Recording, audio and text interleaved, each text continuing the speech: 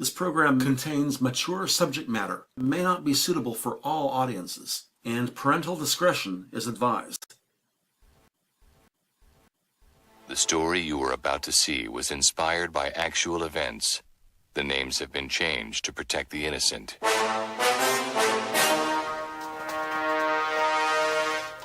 Heading west on Sherman Way, LAPD Detective 3 Joe Friday makes a right turn driving his 2001 model Ford Crown Victoria Police Interceptor into a well-to-do housing tract. Two-story and three-story trappings of architects, surgeons, and celebrities. It was Sunday. It was a perfect day in the West Valley, the farthest reaches of Los Angeles. Spotless streets, glistening lawns. You could almost think it was the 1950s. Making another right turn, Joe spots the yellow crime scene tape about 200 feet ahead. The call came into robbery homicide at 11:30. Female Caucasian, dead from trauma to the head. I drove out to meet my partner in the West Valley. Out here it used to be cattle ranches, walnut groves. Now, you blink, a new subdivision appears. Clean, welcoming. They take us back to when we believed the world was a simple place. One thing, of course, had changed since then. The crime rate. My name's Friday. I'm a cop. Parking his unmarked squad car at the curb about 20 feet from the yellow tape, Detective Joe Friday kills the engine, sets the parking brake, and remains seated for just a moment as he visually scans the crime scene from this quiet perspective. He notices mostly empty driveways in all the nearby homes. Where are the neighbors? The crime scene well underway, but no sign of his younger partner, Frank Smith. Joe must have gotten here first. In the distance, he notices another detective, a duly capable-looking 30-something woman, a Latina, about 5'8", 150 pounds. She wears a dark brown corduroy blazer and looks like maybe a burnt orange turtleneck, nondescript dark blue slacks. At the front of her hip, a badge clipped to her black leather belt, and both hands gloved in white latex. Making eye contact through the car's windshield, she and Joe exchange a familiar nod. She ducks under the yellow tape, then, with purposeful stride, she approaches Joe's unmarked squad car. As a respectful greeting, she briefly plants a hand on the driver's side door, Detective Friday. then steps back, addressing him through the open window. I'm Denise Beltran. Exiting the vehicle, the balding 56-year-old detective stands 6 feet tall on a 200-pound frame. West Valley, right? You look familiar. I just got transferred to RHD. Captain tried to call your partner, Detective Smith, but apparently he's out of town. Joe Friday. Simple dark blue blazer, maroon tie, light blue shirt. He must have left in a hurry. Our victim's Lisa Paris, 26. Front door is open. Her fiancé found her. He's out back. The fiancé is out back. Good. Keep witnesses away from the evidence, especially fiancé. Joe glances at the wide-open front door. A forensic specialist in a blue plastic bunny suit is dusting the doorknob for fingerprints. On a nearby tripod with a mounted laser device, which is pointed at the door's top edge.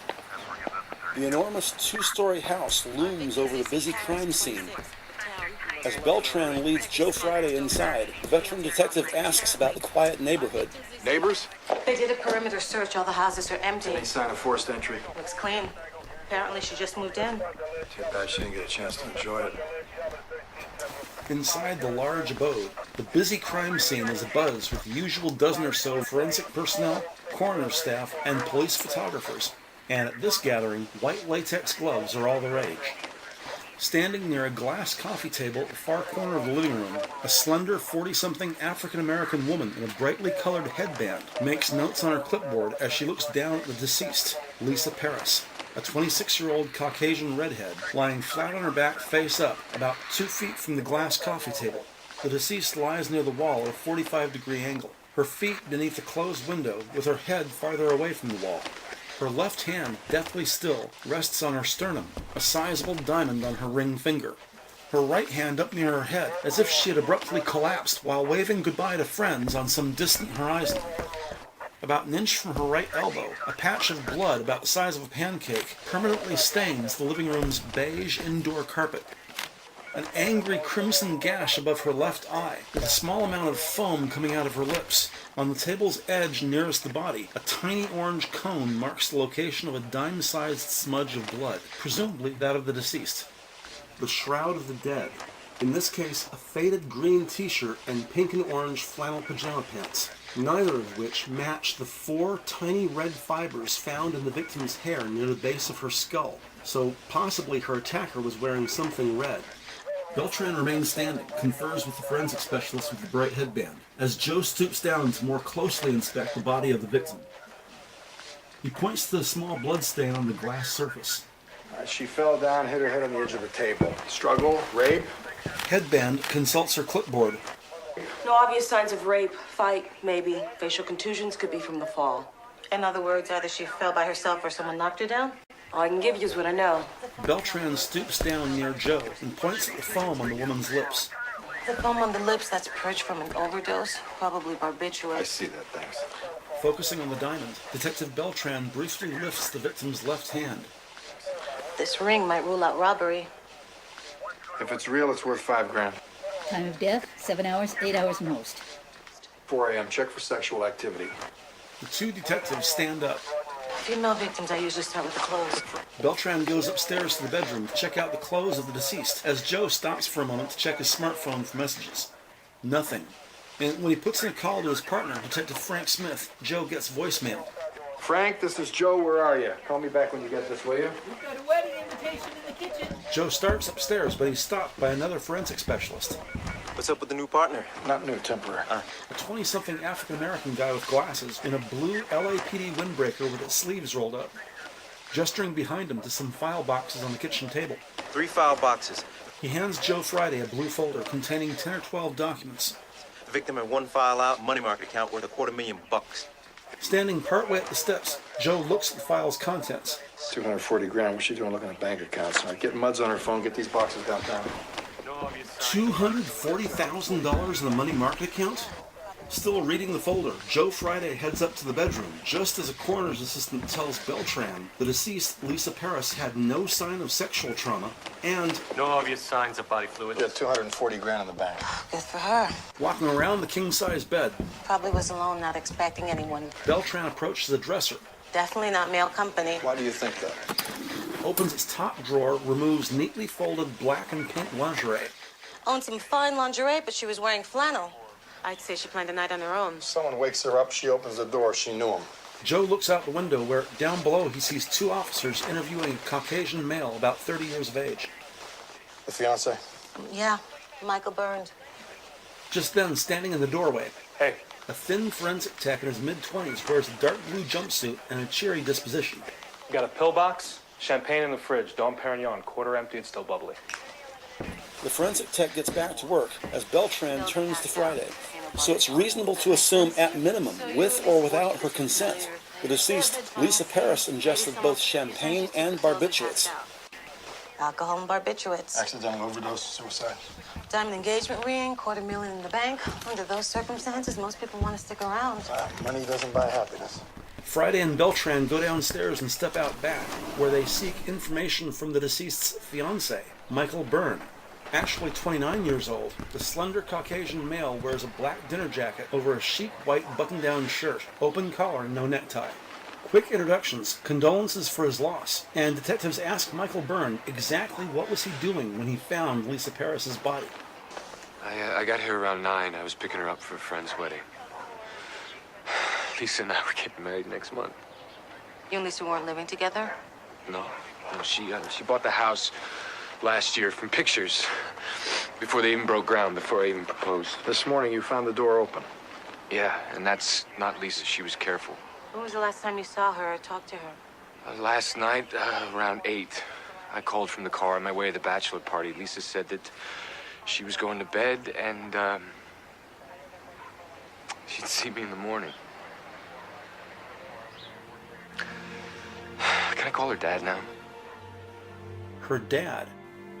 With the assistance of fiancé Michael Byrne, in less than an hour at LA County Medical Center, the 2 detectives meet with next of kin downstairs in the morgue.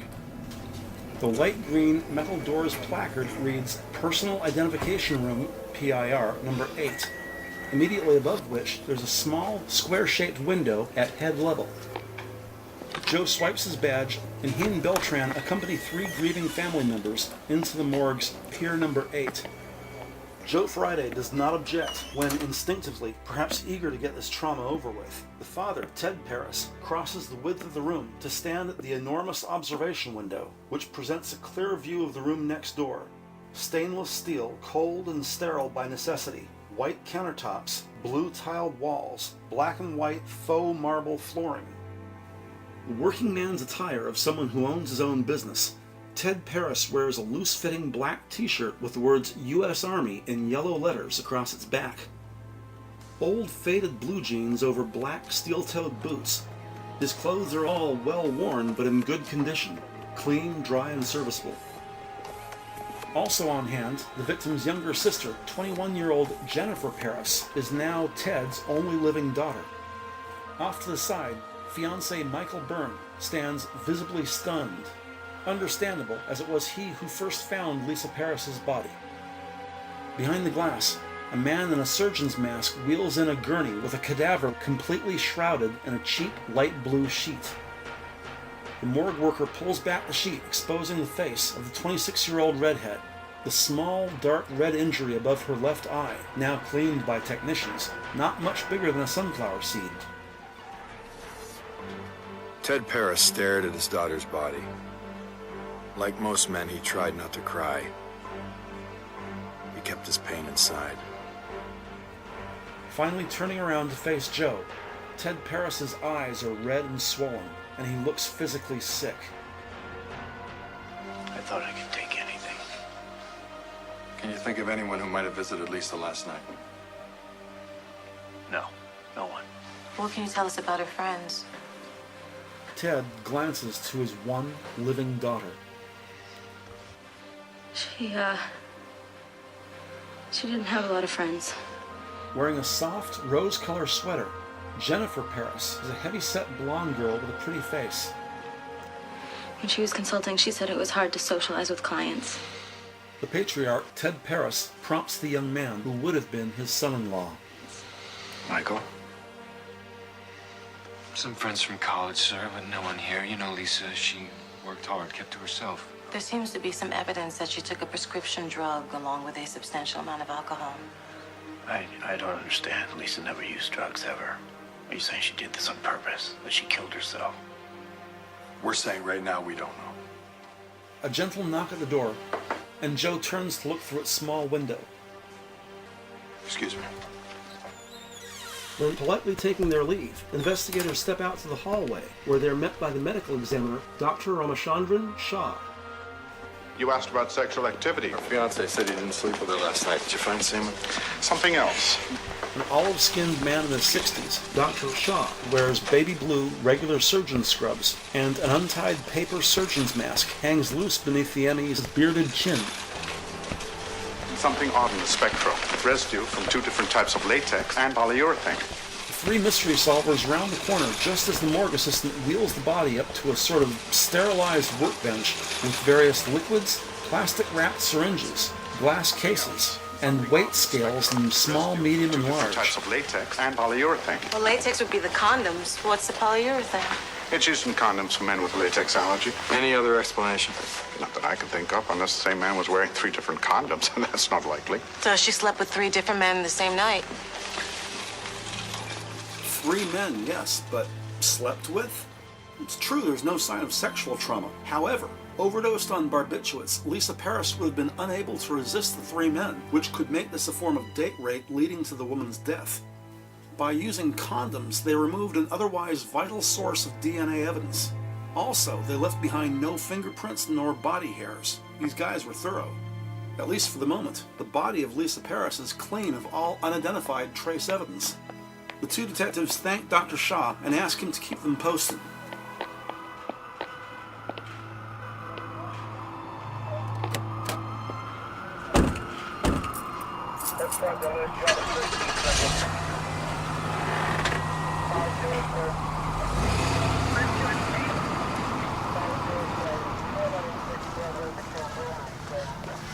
When they get back to the station, detectives get a message from Financial Investigation Unit. FIU has audited those 3 boxes found on the kitchen table containing the financial records of the late Lisa Paris. Everything consolidated by FIU into a single 15-page draft summary, mercifully written in layman's terms. Just the money market accounts alone totaled $240,000.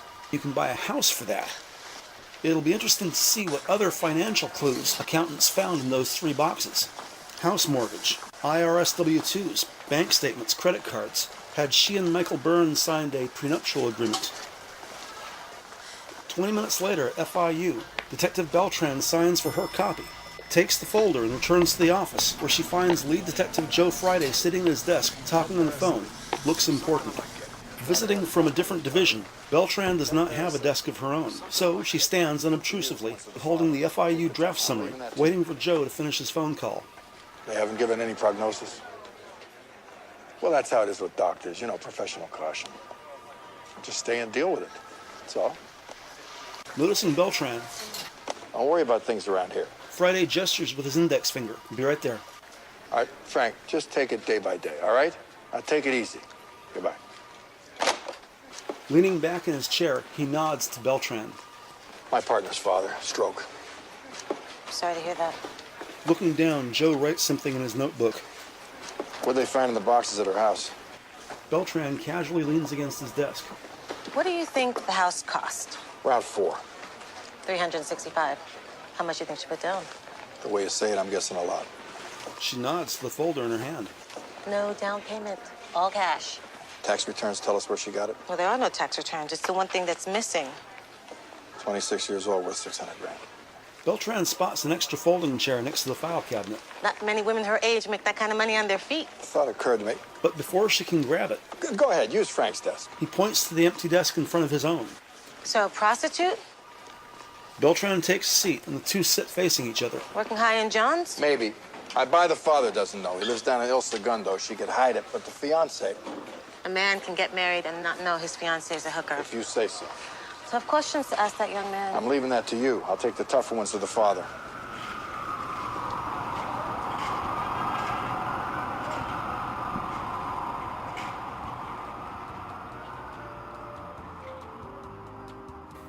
Investigating the death of Lisa Paris, Detective Joe Friday radios he is currently 1023 at Paris Auto Parts, a licensed junkyard in Northridge, owned and operated by the deceased's father, Ted Paris. Scraps of metal, small motors, various housings, all methodically categorized and readily accessible, used parts from cars, trucks, and motorcycles, as well as refrigerators, garbage disposals, lawnmowers, and washing machines, pretty much anything metal, usually with moving parts. Inside the small single-structure office building, Joe stands casually at the service desk, taking in his surroundings as he speaks with Ted Paris. Behind Friday, near the door, an NFL calendar hangs on the wall above the fax machine. In his conversation with Joe Friday, the independent businessman speaks from behind the service desk as he works. On the far side of the room, there's a well-used table vise next to an iron lathe and a glass-enclosed sandblaster. Its heavy-grade black rubber gloves hang from the front inside out. By Joe's estimate, Ted Paris stands 5'8" on a slightly overweight 220-pound frame. Ted's clipboard is made of lightweight, yellow transparent plastic, and it currently holds about a dozen, maybe 20 pages. Busying himself, Ted Paris sorts tiny cardboard boxes, inventory, among wall-to-wall metal shelving units. Though his demeanor is compliant and cooperative, the 56-year-old Army veteran seems nervous, not suspicious, but disorganized, clearly uncomfortable speaking about his Lisa. Near the window where Ted is standing, a bulletin board with 24 or so family pictures, each glossy, held in place by a thumbtack. Another wall displays framed state and county business licenses, OSHA compliance certificates, and proclamations of praise from the American Legion and the Better Business Bureau. When the detective asks the businessman if he can borrow a picture of his daughter, Ted pivots, looks thoughtfully at the bulletin board, considers all the photos. We got hundreds of these. Ted detaches one of the photos. This is my favorite. And hands it to Joe Friday. When her mother was alive, she looked just like her. Projecting an air of great respect, Joe holds the photo, regards the image of Lisa Paris thoughtfully. She was a lovely girl, Ted. Just then, Jennifer Paris, sister of the deceased, enters the office and retrieves a fax from the machine's out tray. Dad, I put a sign on the back door, too. Yeah, we have to go down to the funeral home. What else can I tell you? Lisa seemed to be doing well financially. She was consulting. Both men look at Jennifer. Office management. She also did a lot of lousy temp jobs. She took what she learned and made something good of it. Why were they so restless? What was their hurry? I thought maybe Ted Paris was being strong for his daughter. It's what fathers did, protect their children. Especially when they only have one left. Army brats, you know, like mine. They move around a lot. They learn a lot of survival skills. Did you ever discuss her income? Well, she wanted to have a down payment on a house. I offered to help. She said she had it covered. I was real proud of her. Look, we really gotta go. I locked the gate. I'll open it for you. Joe thanks Ted Paris for his time and follows Jennifer out to the parking lot. Is, something wrong? How do you mean? Why are you asking about Lisa's money? Just trying to get a picture of her life. Old cars everywhere in sight, from fully roadworthy to sold for parts only, and all points in between. She was a really good person. You should know that. She really was. No one said she wasn't. Why all the defensiveness? Once again offering condolences for her loss and thanking Jennifer for her time. Joe gets back in his car and returns to the office.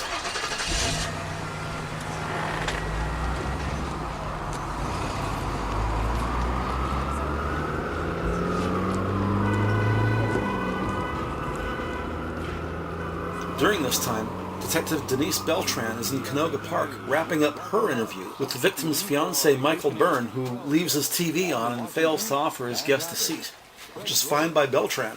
Alone with this man in his third-story apartment, the detective prefers to remain standing and within reach of the door.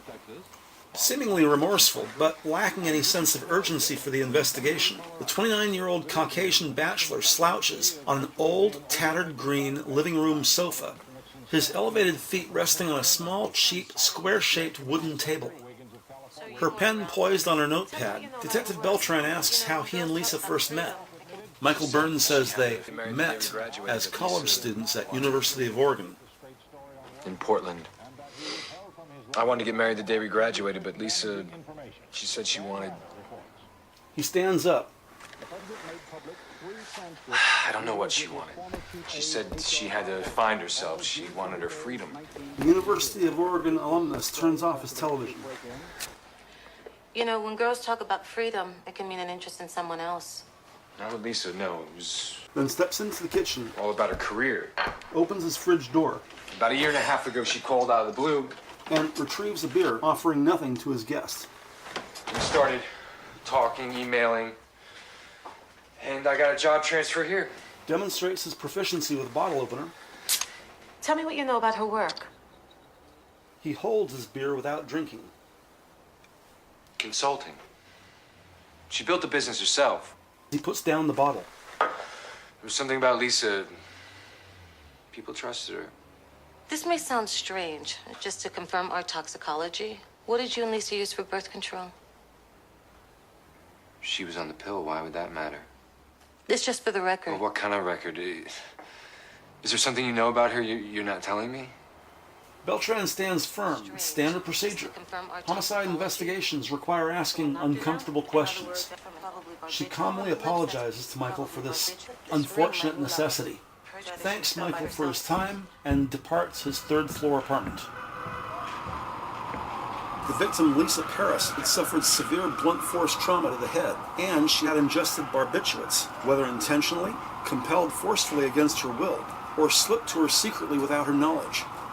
If nothing else, the pill box recovered might have the fingerprints of one of her attackers, and possibly saliva on the champagne bottle if, perchance, an excited killer wanted to take a celebratory swig. And what about those 4 red fibers found in her hair at the base of her skull? Hoping for such clues as to who might have killed Lisa Paris, Friday and Beltran meet up at Police Forensics Lab, where specialist Ebony Schiller has reviewed all trace evidence collected at the crime scene. Anxious for something they can work with, Friday takes point. DNA, shoe prints, saliva, bloodstains, never mind Lisa Paris. They need evidence of who else was there. But Schiller says everything collected came from Lisa Paris. There's no evidence anyone else was there. Detectives are shocked. Nothing? Clean. The place was spotless. Someone had to walk on the carpet. They didn't leave anything behind. Schiller walks detectives over to a stainless steel table with 3 items, each separated about 6 inches apart. Pillbox, champagne bottle. They found the cork in the garbage. All of them her prints only. Well, that would mean she opened it herself and took the pills. You think she had company who wore gloves? What about fibers? The flannel pajamas. In short, there wasn't any. Standing 5'8", 160 pounds, Ebony Schiller, a 50-year-old African-American scientist, wears a soft purple knit sweater blouse beneath her white lab coat. Regarding those 4 red fibers found in the deceased's hair near the base of her skull, just because they're not consistent with what the victim was wearing, that doesn't necessarily indicate a second person in the room. For instance, it's possible Lisa Paris owns some other garment made of the same materials. And with that, Schiller hands a printout to Joe Friday. 4 red wool fibers. They found a flannel shirt in her drawer. Anyone who cleans up that good can come by my place. Unless no one else was there.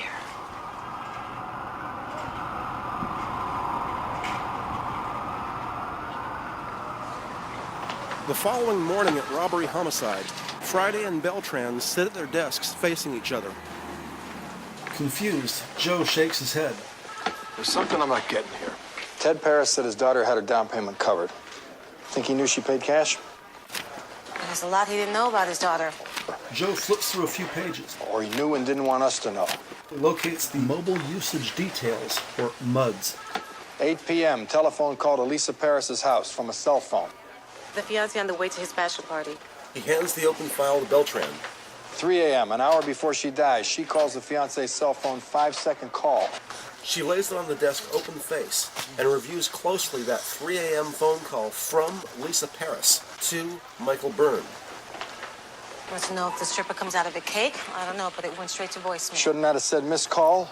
Completely alone in a 2-story house, why would Lisa Paris telephone her fiancé at 3 o'clock in the morning? Did he return it? Never. Anytime someone calls at 3 a.m., that's suspicious. The fact Michael never called her back, even more so. She calls her fiancé at 3 a.m. He never returns the call. The way he dotes on her? Add to that, why had Michael Byrne not mentioned this yesterday when detectives spoke to him at the crime scene? Had it just slipped his mind? Not likely. Also, why was her front door open? It had not been broken into, nor had its lock been picked. So, most likely, Lisa had opened the door sometime after she had gone to bed at 8 p.m., but before her death at 4 a.m. An 8-hour window. Well, there's nothing to suggest she opened the door right at 3 a.m. It's possible there's some connection between that 3 a.m. phone call And Lisa opening her front door to, well, fiancé Michael Byrne claims he was not there until the following morning at 9 a.m. when he found her body. So that leaves yet another unanswered question. If not Michael Byrne, then to whom would a 26-year-old woman like Lisa Paris voluntarily open her door late at night after she had gone to bed? Carrying a small stack of paperwork folded in thirds, a 30-something woman approaches Friday and Beltran. We put a fast-track subpoena into the IRS for the tax returns. I'll have them by the end of the day. And there's this. She had a safe deposit box. I got a court order to open it. The ID badge clipped to the gray vest, which matches her business slacks. Detective 2 Connie Hubble hands the paperwork to Joe Friday. Short form last will and testament. The kind you buy at a stationery store. Friday scans the last will and testament of Lisa Paris. Good. Sole beneficiary, the fiancé Michael Byrne. Another significant fact Michael Byrne inexplicably failed to mention.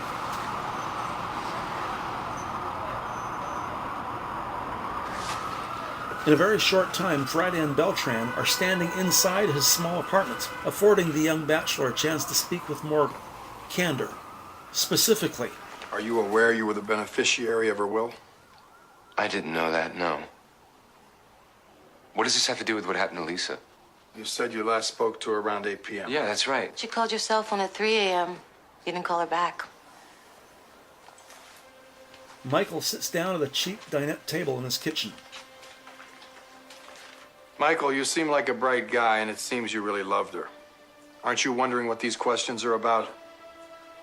Look, I've been really messed up with this. Your fiancé calls at 3 a.m. She's dead an hour later. Why didn't you tell us? She didn't leave a message. The bachelor party. When did you leave?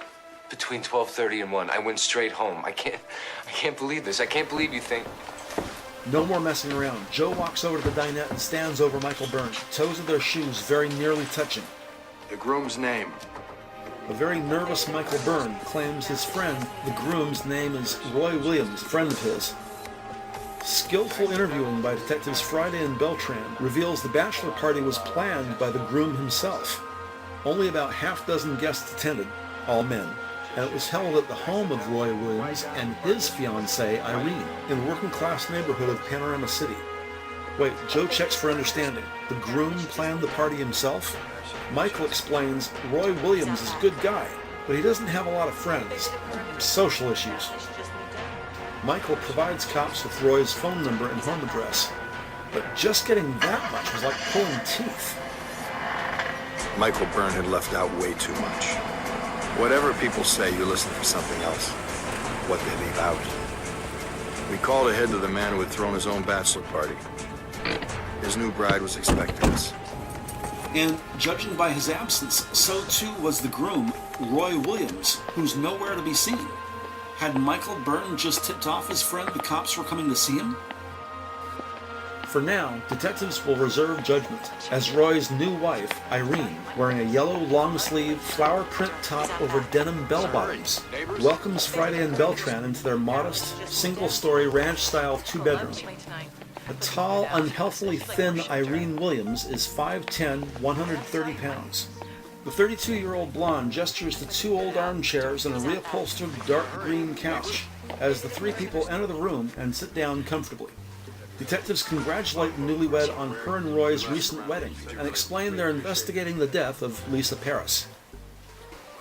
Reading from his notes, Joe confirms the deceased Lisa Paris and her fiancé Michael Byrne had been on the guest list for Irene and Roy's wedding the day before yesterday, Sunday. Very matter-of-factly, Mrs. Williams says yes, that's correct. Denise Beltran asks Irene when she first suspected something was not right. Mrs. Williams considers the question thoughtfully, then says most likely it was that they never showed up at the church. How well did you know Lisa? We'd only met her once. I liked her right away. She was so stylish. Funny, I sort of envied her. Now this. Quietly, Denise Beltran is certain Irene Williams is lying. The Latina detective asks, So you weren't around for this bachelor party thing? I put the food out and then left. Why are you asking about that? We have to establish where everyone was. I have to tell you, Michael loved Lisa. He, worshipped her. When do you expect your husband back? Late tonight. Detectives both stand up, as does Irene, and Joe hands her his business card. We'd appreciate it if you'd have your husband give us a call. Thank you. Friday and Beltran see themselves to the door and walk back out to their unmarked squad car. She was protecting her friend, but from what? Michael Byrne was evasive, but that was all. I didn't believe he'd kill for money. Didn't make sense. Then it occurs to Joe he might ought to share these thoughts with his partner. You know what does make sense? If he killed her, he had to call it in. Because if he doesn't show to pick her up that morning, he looks guilty. But it still doesn't give us motive. The lead detective answers his cell phone. Friday. One client? Where? Thanks. Ending his phone call, he puts the device in his pocket, then nods to Denise Beltran. That was Detective Connie Hubble, who'd done that IRS fast-track subpoena. Lisa Paris's tax returns. Her income from her consulting services all came from one place, Nash Ellis Holdings, Chatsworth.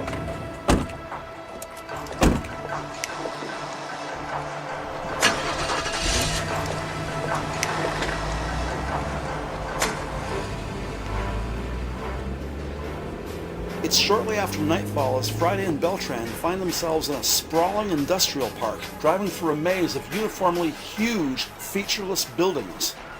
Finally, detectives locate the correct nondescript building.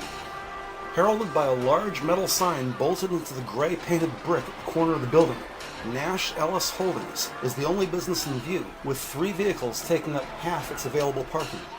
Namely, a new model red Ford Mustang convertible, a black BMW with a sunroof, and something covered in an off-white dust cover.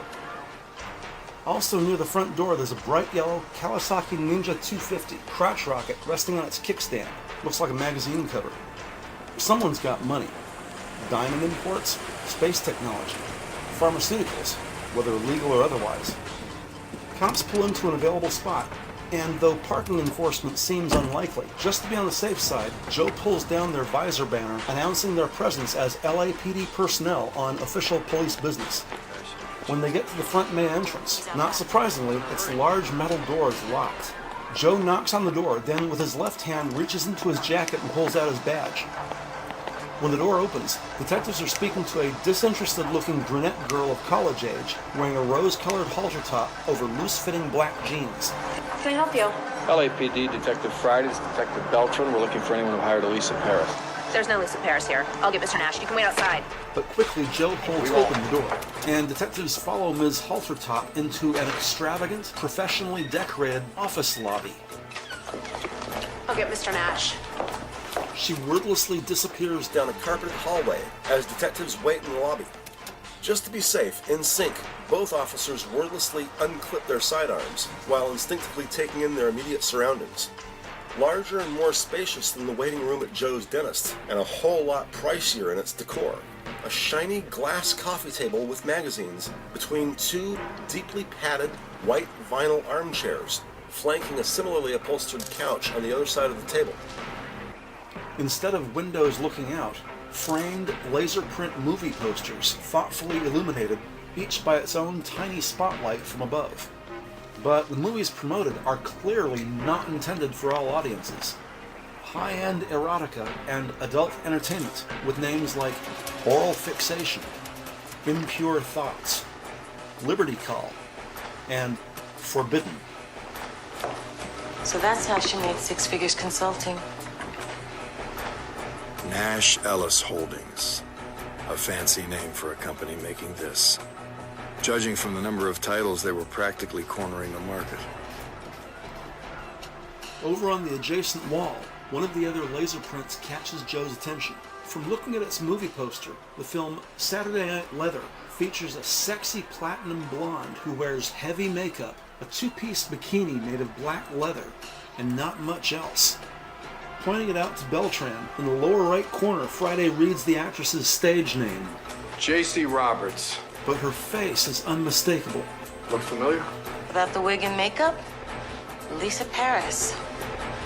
A porn star. A porn star? Amazing how one previously unknown detail can change the entire premise of an investigation. The coroner, Dr. Shaw, had noticed condom residue from polyurethane and 2 types of latex. So what once looked like some 3-man date rape is more likely just another day at the office. True, but homicide detectives still need to know why this 26-year-old woman is dead. Just then, some openly annoyed businessman enters the room, introducing himself as executive producer Joseph Joey Nash. With a frustrated sigh, the 50-something Caucasian businessman gives the impression detectives are interrupting him. He wears a button-down white business shirt with his wine-colored paisley tie loosened at the collar. More reluctantly compliant than genuinely friendly. The exec producer escorts cops down a carpeted hallway, hardly listening as detectives explain they're investigating the death of one of his actresses, Lisa Paris, also known as J.C. Roberts. The 3 people enter the office of Joseph Joey Nash. Taking a seat behind his large mahogany desk, the exec producer introduces the younger man sitting on a couch as his associate producer Kevin Ellis, who immediately stands to greet them. A clean-shaven 40-something white guy, producer Kevin Ellis, wears charcoal slacks and a white button-down business shirt, no tie. 2 high-stakes captains of industry. They are professionalism commensurate with their evident success. Opening her notebook, Denise Beltran asks if anyone had been bothering or arguing with Lisa Paris. No, both men answer, to the best of their knowledge, no one had a problem with the deceased porn star. Joe asks both men if Lisa Paris had done or said anything unusual the last time they had seen her. No, nothing unusual. The 26-year-old adult film star was engaged to be married. She seemed happy and in good spirits. Behind his desk, with a frustrated sigh, Joey Nash says it's too bad about this woman's death, but A, if it didn't happen on the premises of Nash Ellis Holdings, then B, it's not their responsibility. But detectives had never suggested either. And this woman had a name, Lisa Paris, or if they prefer, J.C. Roberts. Taking a sip of water, the first part of Nash Ellis Holdings continues his callous disclaimer. We didn't hurt anyone. Cigarettes and liquor killed people. No one ever masturbated themselves to death. Joey Nash, Porn King, with a wall full of awards from the adult film industry. Just an ordinary guy from Encino making garbage for a living. We run a legitimate business. We serve as a legitimate need. You wouldn't be surprised to run into him at the country club. Didn't bother him what he did. Probably didn't bother his friends either. It was profitable. It was legal. What we thought didn't matter either. Unless, of course, it had something to do with Lisa Paris's death. Lisa started as an office temp. She wanted to make more money. So you bump her up to J.C. Roberts' porn star? Oh, no one ever forced her into anything. She was a typical army brat, you know? Lost, never felt like she belonged. She saw the money that our top players got, and she wanted it. Made a name, got a piece of her films, everybody won. And that was worth? Last year, around $300,000. How much did you make? More, with a lot more risk. And in what business is that any different? Where were you both Saturday night? I was home with wife and kids. We played charades, and the dinner guests left at 2. San Francisco. You want tickets? Was Lisa here Saturday night? Her last day. She was quitting. We wished her well. We'd all had a good run. Last people who saw Lisa here. I think she said her goodbyes on the set. Rotating his chair, the executive producer removes a white 3-ring binder and lays it on his desk open face. He puts on his glasses and reads its contents. Says from 9 till 11 a.m., J.C. Lisa Paris was filming a menage a trois with 2 male actors, Benjamin Andrews and Nels Fagerstrom. The 50-something producer suggests Friday and Beltran come back tomorrow morning where they can have full run of the studio, talk to anyone they like. Nash Ellis Holdings has nothing to hide, and they suggest detectives start with actor Nels Fagerstrom. Easier than getting a warrant. And Joe Friday accepts the executive producer's offer. The following morning, detectives return to a fully operational movie production company. Industrial-grade pulleys and cables, stage lights, wardrobe, craft services, a fire extinguisher near every door in sight. Busy stagehands working with various props, equipment, and swaths of material. 2 free weights and a barbell in the corner near the men's locker room door. In the opposite direction, 2 women wearing t-shirts and jeans and white cotton gloves, meticulously attaching translucent orange filters to an enormous square-shaped floodlight assembly. A few minutes of asking around, and detectives quickly catch up with the male actor Nels Fagerstrom, a muscle-bound giant who stands 6'3" on a proportionately slender 220-pound frame. With his wavy blonde hair and chiseled physique, the 30-year-old adult film star could easily pass for a modern-day Viking, and it's highly doubtful anyone would make fun of his tight pink t-shirt. More compassionate than his executive producer Joey Nash, Nels Fagerstrom says J.C. Roberts was a good person, and the male actor appears genuinely upset by the tragic loss of his colleague. Detectives ask if anyone had been angry at Lisa Paris. Nels, his friends call him Niels, says, no, not that he ever saw. Because of social persecution, the adult film community tend to be a tight-knit group. Detectives ask, had she done or said anything unusual or out of the ordinary? Niels Fagerstrom says, no, nothing. Then he stops and says, well, her last day she did not have medical paperwork. Joe Friday's response is more of a question. You mean for sexually transmitted diseases? Fagerstrom nods yes. Just as truck drivers must at all time carry paperwork confirming they tested negative for drugs. Similarly, adult film stars must carry paperwork confirming they test negative for STDs. Denise Beltran asks, if a porn star does not have such paperwork, well, what did they do Saturday? Niels Fagerstrom says at that point, filming is at the discretion of the actors doing the scene. They have 3 choices. They can postpone, reschedule the shoot, which means no one gets paid for that day.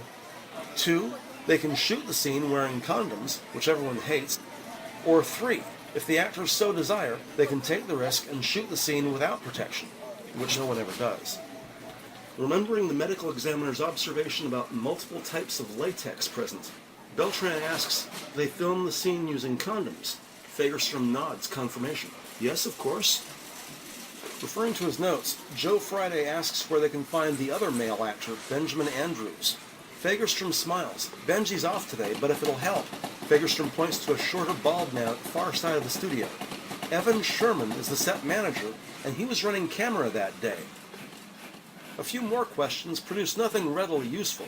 Detectives thank Fagerstrom for his time, hand him their business card, and say please call if he remembers anything else which might help. When they approach set manager Evan Sherman, the short bald man is rolling up a bullwhip and putting it into a small green canvas bag. Approximately 40 years of age, Sherman wears a purple designer sweater rolled up at the elbows and faded comfort fit blue jeans. Satin sheets. They show better on camera. Evan Sherman then walks to the far side of the king-size bed and pulls off all its bedding, then removes the red sheets. These things are a fortune. And throws them in the trash. Unlike the whips and chains? Well, that stuff's reusable. Satins. Use them a day, throw them away. Saturday. If I remember right, JC... Her name was Lisa. Not around here. JC. She was pretty firm on that. Let's see. She did Niels and Benji in a three-way in Studio 1. They left for the day. Then we shot her with Jill about an hour later in here. Jill. Jill's a woman. It's a weird business, but yeah, we don't have any men named Jill. A few more minutes with Evan Sherman reveals Jill's last name is Winthrop. She's been with Nash Ellis Holdings for about a year. And detectives are in luck, as she's here today filming a scene on stage 9. If they'd like to talk to her, the set manager quickly checks his wristwatch, says she'll be available in about 20 minutes. Pointing at the appropriate door, Sherman suggests cops wait for Jill in the dressing room. It's open. Entering the expansive room, cops notice it's designed for multiple actresses, and there's another internal door marked showers. The adjacent wall hosts a row of 3 makeup stations, each with its own folding chair, hair dryer, and lighted mirror. Waiting for Jill Winthrop, cops decide to take a seat. On the wall, next to the shower door, above the light switch is one of those black and white cat clocks, slowly wagging its tail, synced with its sneaky eyes shifting left to right. The old-style analog clock on its belly shows the time as 10:50 a.m. Extra folding chairs folded and wedged between a tiny refrigerator and the wall. A pair of knee-high white leather boots draped over the top of a bright neon pink plastic couch, above which 3 wigs hang on wall-mounted hooks. One of them looks like that platinum blonde wig cops saw in that J.C. Roberts movie poster last night. The door marked showers opens, and Jill Winthrop exits wearing only a bra and panties as she uses a clean dry towel to briskly dry her hair and shoulders. Showing their badge and police ID, detectives introduce themselves and explain they're investigating the death of her co-worker, Lisa Paris, or J.C. Roberts. The 30-year-old actress drops towel on a chair, leans in close to one of the mirrors, and carefully removes her left earring. Referring to her notes, Detective Beltran says the deceased J.C. Roberts had done a threesome scene with Niels and Benji just prior to her doing the shoot with Jill Winthrop. Now, here in the dressing room, detectives ask the adult film star if the deceased J.C. Roberts had worked with any other men that day. No. Jill Winthrop confirms that last scene she and J.C. Roberts had done together Saturday was just the 2 of them alone, no men. As Jill describes the video they were filming that day, it's not that Friday and Beltran are judgmental, more confused. If there were no men present, then how... Yeah, we use a strap-on. You know, plastic. Polyurethane. Yeah, it's a John Holmes model, actually. She gestures, nodding her head slightly to the left. Actually, it's in a prop room if you need it. We might. I never got that whole thing. But I guess there are just some guys out there who like to watch women pretend to be men. Hey, it's a living. So you were Lisa's final scene? Yeah. God, it's hard to believe. Word I hear is suicide. That makes sense to you? No. I mean, she left in great spirits. She retired her wig, gave it to me. I gave her this bottle of Dom Perignon I got from some fan. Hell, we had a good laugh about She it. seemed happy when she left. Yeah, thrilled. I mean, glad to be getting out. I mean, this guy Michael, the house, So home she and was life. alone at the end of the night. She said she was gonna go put the Dom Perignon on ice, With one fluid motion, maybe make mimosas for breakfast. Jill Winthrop puts on a short-sleeved denim dress. She and Michael were going to a wedding. fastens its snaps down the front. Look, if you want to see the scene we did, they're cutting it now, but if you don't have any more questions... Grabs her purse. The kids are with the sitter and I gotta get home. And goes home for the day. Today's visit from Nash Ellis offered little insight as to how or why Lisa Paris is dead. Coming up on 2 p.m. now as detectives leave the warehouse-sized building and walk back out to their unmarked squad car. West Valley is usually the hottest place in Los Angeles County, and this afternoon is no exception. Beltran gets behind the wheel as Joe rides shotgun, and detectives roll down their windows and buckle their seatbelts.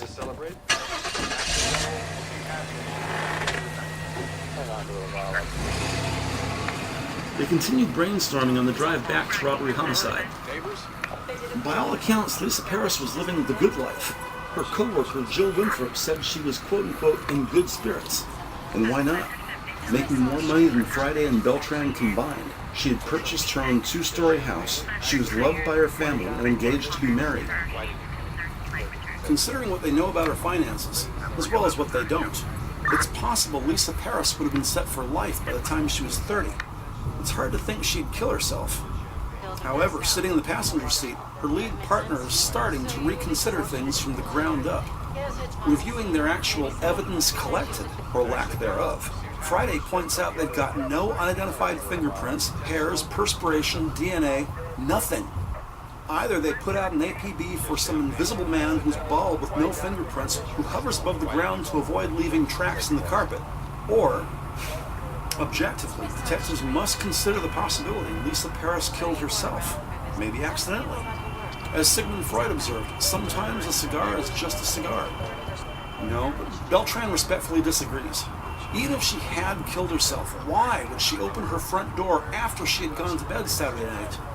For the sake of discussion, Joe plays defense attorney. Maybe she couldn't sleep.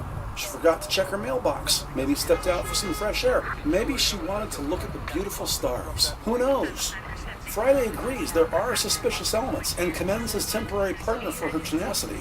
Sometimes a skilled killer, especially after he's done time, can learn to cover his tracks so thoroughly that there's just not enough evidence to convict. But Beltran continues. Why did her front door remain wide open for hours until her fiancé Michael Byrne arrived later that morning at 9 a.m.? He was supposed to take Lisa to his friend's wedding. Friday checks his notes. Michael's friends. Who was it? The newlyweds, Roy and Irene Williams.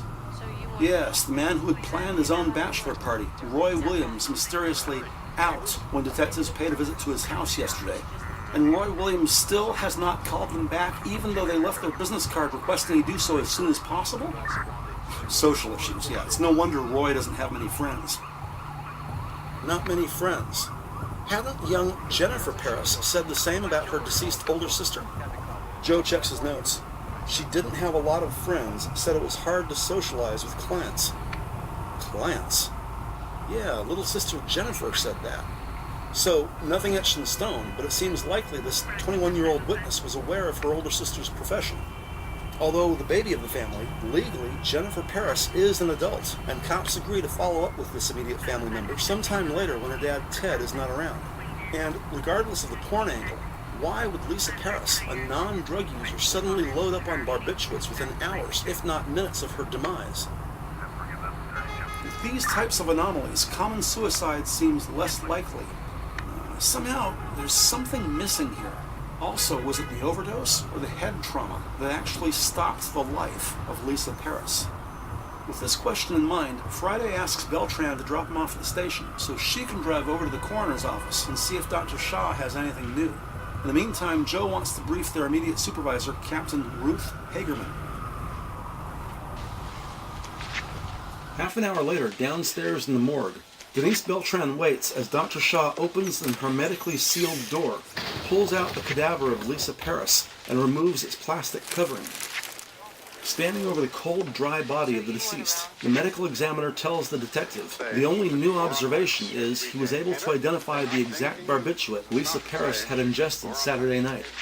Phenobarbital, an anti-seizure medication mostly prescribed to young children, but in high dosage. Phenobarbital is a commonly used agent for the lethal injection of death row inmates. In World War II, as a suicide pill, phenobarbital was issued to military officers of the Empire of Japan should the need arise. Today, now in the morgue, he shrugs. Based on all the evidence he's seen, Dr. Shaw thinks Lisa Paris's murderer was Lisa Paris. For whatever reason, the 26-year-old woman killed herself. Beltran disagrees, saying she has reason to believe Lisa Paris was the victim of foul play. I'm telling you, it's suicide. I don't know what else to call it. Is it possible someone hit her? There are no hand or finger marks. Maybe someone forced her to take the phenobarbital. Gently opening the cadaver's hand, Shaw points at its fingers and palm. Powder residue from the pills on the right hand, which would say she took them herself. You're saying she took the pills and passed out? People are upset. They're not thinking. We know she wasn't upset, Dr. Shaw. We see this every day. Alcohol, drugs, head wound. The medical examiner picks up an open folder. They're all contributing factors. Signs the appropriate block. Now, I'll keep the record open, undetermined. But I'd say suicide, accidental or otherwise. Then hands Beltran his report on 26-year-old Lisa Paris. Official cause of death to be determined, but most likely suicidal overdose of phenobarbital. It's early evening when Beltran gets back to robbery homicide. In the distance, a door opens, and it's Joe Friday gesturing for her to come join the discussion. At the center of the building's 4th floor, alongside the elevators, the inner office window's horizontal blinds are down, but their open slats allow Beltran to see her lead partner standing, talking with a professionally dressed woman about the same age as Joe. Chain of command is cop second nature. Beltran gives the report to Joe, who looks at it briefly, then hands it to their immediate supervisor, Captain Ruth Hagerman. As Hagerman reads its cover sheet, Joe closes the door. I'll buy suicide. Accidental, intentional, I'll accept it. Wearing a powder blue business suit, the gray blonde LAPD captain opens the folder and begins scanning the report. Then what's the problem? The fiancé. She called him at 3 o'clock in the morning. Why didn't he call her back? You're gonna press a homicide based on that? Her life was okay. On freshly vacuumed dark blue carpet, the 3 officers stand between 2 armchairs positioned at an angle in front of the captain's slightly cluttered desk. She had champagne, ready to celebrate. Why down it with barbiturates? When you figure out why people kill themselves, I'll get you a job on the hotline. What do we tell the father? Everything. Including how she made her money? Hagerman gives the report back to Joe Friday. We don't keep secrets from the family, and give him the coroner's opinion. Steps behind her desk. Case closed. And takes a seat. She gestures to leave the door open, and with a respectful nod to the boss, Friday and Beltran exit the office and return to their desks. A discouraging way to end their investigation. Despite unusual circumstances and both cops' zeal for justice, in the absence of evidence to the contrary, at least in this case, it appears the deceased actually took her own life.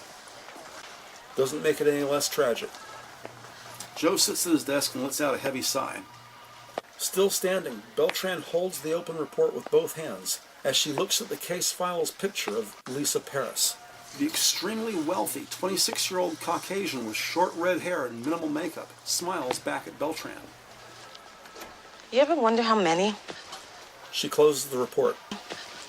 How many like her come here with these dreams? Yeah. So end of case?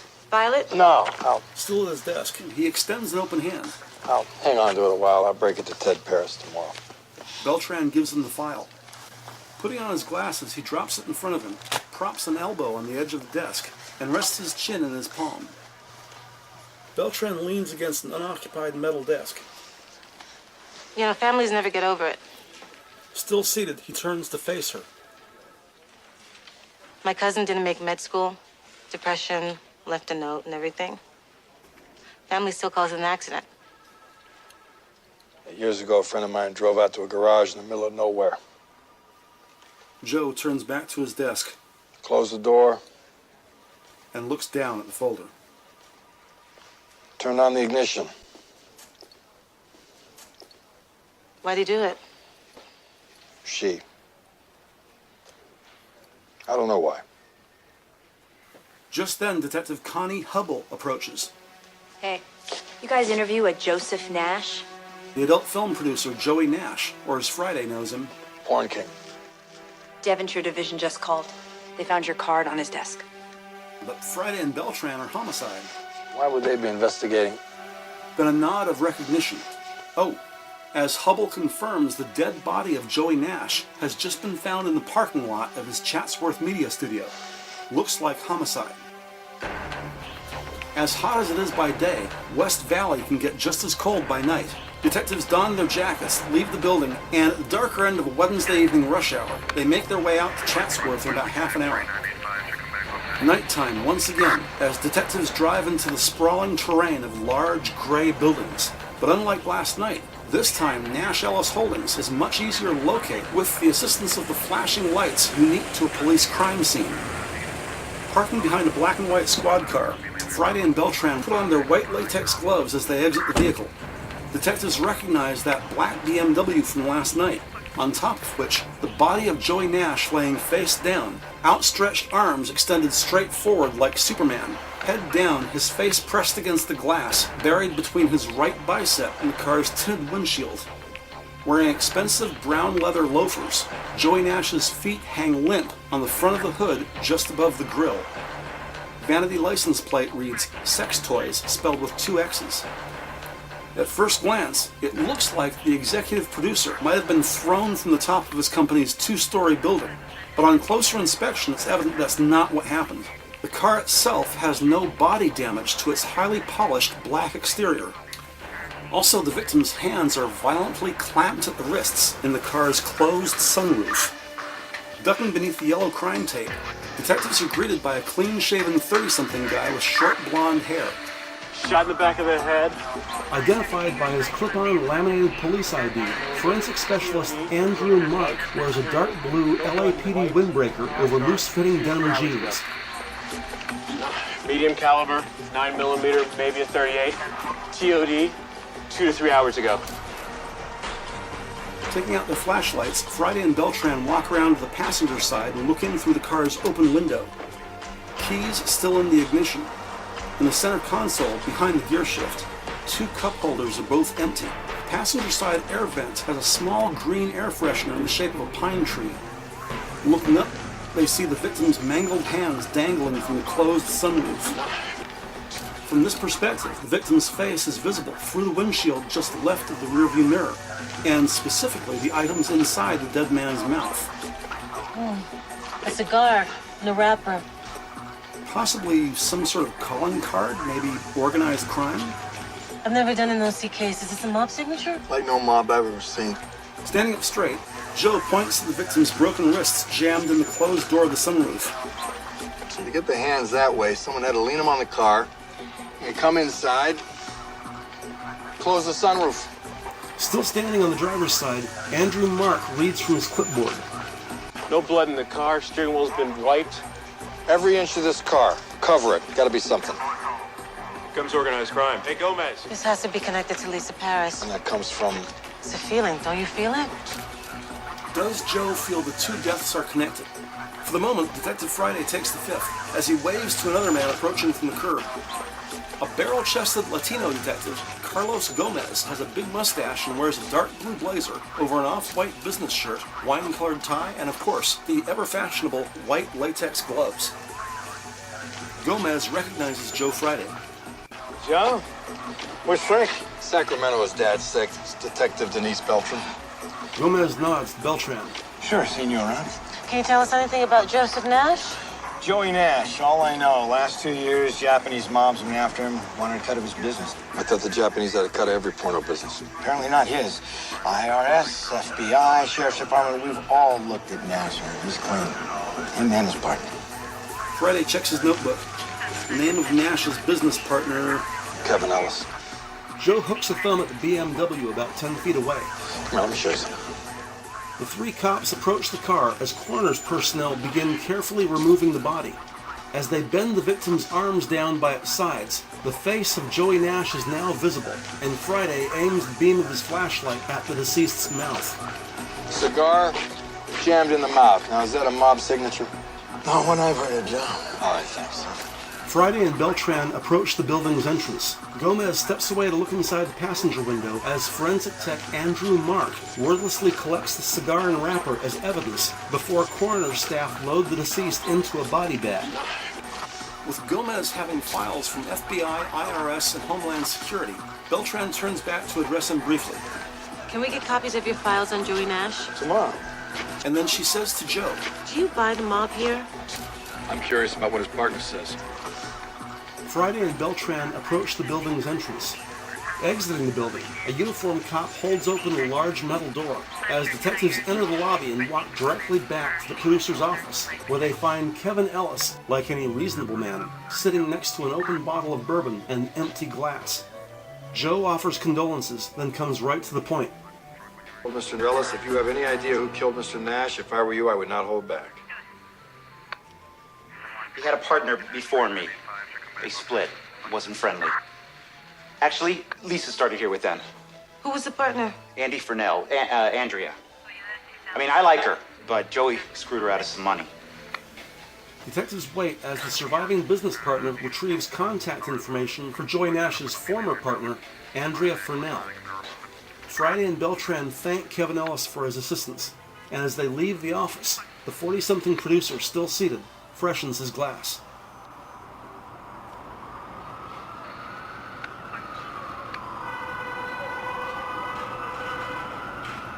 The following morning, while en route to Malibu Estates, Joe Friday drives as Denise Beltran, sitting in the passenger seat, uses her smartphone to call Andrea Furnell. The retired adult film producer picks up on the third ring. Beltran identifies herself as LAPD, explains the unfortunate news about Joey Nash, and extends her condolences. After confirming the woman's home address, Beltran and Furnell agree that detectives will drop by her beach area property in about 20 minutes, and they'll try to keep it brief.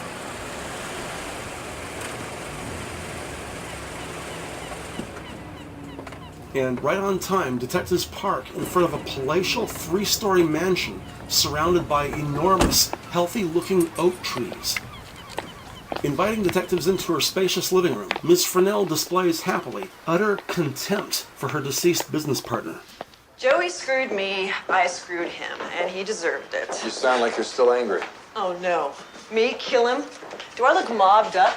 With long, straight red hair pouring down her back, the attractive 50-something stands 5'9" on a slender 140-pound frame. Kill him? No.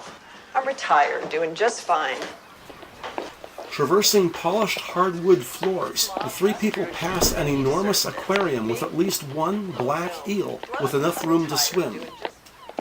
Do I need an alibi? Last night. Oh, brother. With a labored sigh, she settles into an easy chair as cops remain standing. Last night. The Valley Women's Clinic getting my T-cells checked. Then counseling a girl who just found out she'd spend the rest of her life doing the same thing. HIV. In 2003, very few treatments. Most patients can expect a cruel and abruptly truncated lifespan. I'm sorry. Said Joey screwed me. That's how. He was HIV positive? Not him, please. But Lisa Paris wasn't the only life he left in his wake. There've been dozens. When I started, he said, audiences didn't want to watch condoms. When you're 24, doing coke, making 200 plus a year, you think you're invincible. Do you think Lisa and Joey's death were connected? Lisa doesn't just commit suicide. What was Lisa and Joey's relationship? For her, it was only about the money. Visually glancing up and around. She wanted this, then out. The whole time she worried about people finding out. When Michael came back into her life, the girl was terrified.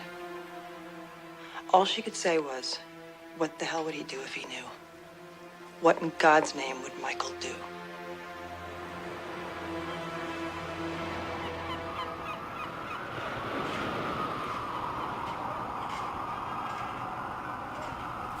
When detectives get back to the station, Ted Paris is waiting for them, and he is not happy.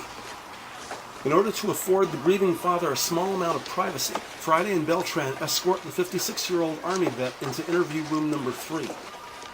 Could have told me the truth. What truth would that be, Ted? A reporter from the Times came to the house, said there was a murder out in the valley, a man who made porn films. That's correct. She said you were investigating a connection to this man and Lisa. Don't spare my feelings. What was the connection? Ted, your daughter was making movies for Joey Nash. Beltran remains standing. That's where her money came from. As the two men sit down facing each other at a small square-shaped table. She went out of her way to hide it from you, from everyone. Ted, this isn't your fault. Does Michael know? If he does, he hasn't told us. Oh, he's just a kid from the sticks. We have the autopsy report. The coroner's ruling Lisa's death undetermined. Thinks it might be an accidental overdose. I'd like to see the report. We'll get you a copy. I just want your kids to be happy. If not happy, at least safe. Lisa, she didn't even like me having Playboy in the house. That it made a bad impression.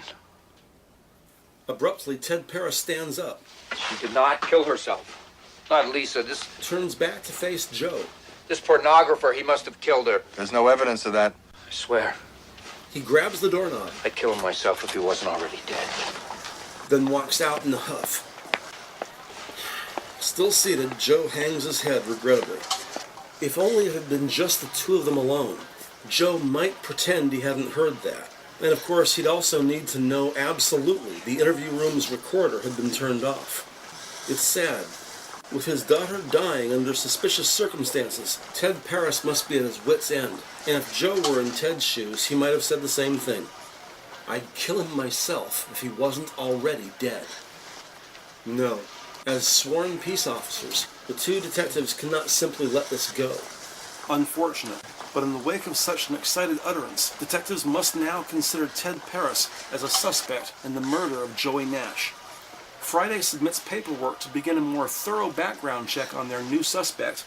Any large purchases, trips or shipments out of state, contacts with prison inmates, and other surveillance, and fill out an application for a search warrant on his home and business. No time for lunch, and it's already after 5 p.m. Calling it a day, detectives agree to meet up tomorrow morning at Vehicle Forensics Garage.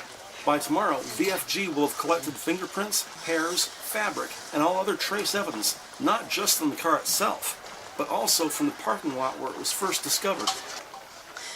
Beltran sends a quick email to Vehicle Forensics Technician Andrew Mark, so he'll know to expect them.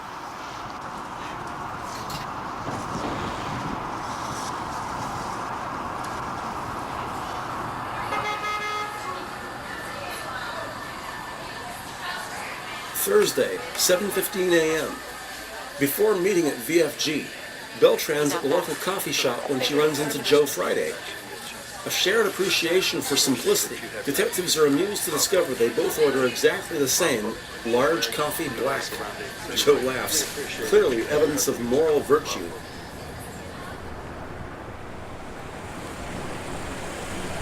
"20 minutes later at Vehicle Forensics Garage, exiting their unmarked squad car, detectives have traded in coffee cups for white latex gloves. Entering the enormous warehouse-sized building, they recognize and instinctively walk towards the shiny black BMW currently located in Garage Bay 7.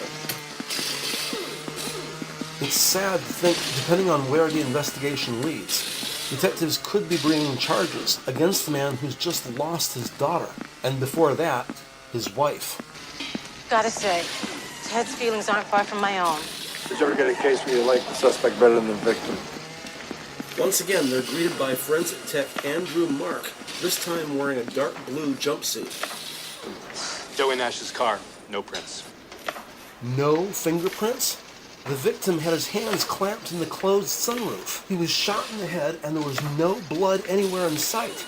How could a perp pull off all that without leaving any fingerprints? Frustrated, Joe points at different parts of the car as he speaks. Had opened the door. Had to turn the ignition. Someone had to operate the sunroof. We call him the bumper to bumper. Nothing at all. What about the original location where the car was found? Dirt, fiber, nothing. Parking lot, too. The guy knew what he was doing. Thanks, Mark. This is nuts. So, two suspicious deaths, both porn workers, both conspicuously lacking of trace evidence. Still undetermined, Lisa Paris might have been a suicide, but Joey Nash? Absolutely no way. Zero evidence. Could this have been another cop? Maybe some homicidal forensic tech? Who else knows how to remove evidence so thoroughly? Doesn't this have hired professional all over it? Even a high-end hitman isn't this good a pro. It just doesn't feel like mob. Yeah, but not some amateur like Ted Paris. Come on, you saw him. He didn't know what his daughter was doing. And the fiancé, Michael? He didn't even know who Joey Nash was. Detectives consider everyone they've spoken with. What about the friend? The one that had the bachelor party? The newlywed, Michael Byrne's friend, Joe checks his notes. Roy Williams. What could he tell us? Gave his wife a card, asked if he'd give us a call. 36 hours, he never did. If Michael Byrne pulled off this hit, I may be in the wrong business. Come on. Where are we going? One more stop might reaffirm your career choice. Mr. Social Issues. Friday and Beltran head back to Panorama City, but this time they do not call ahead to let them know they're coming.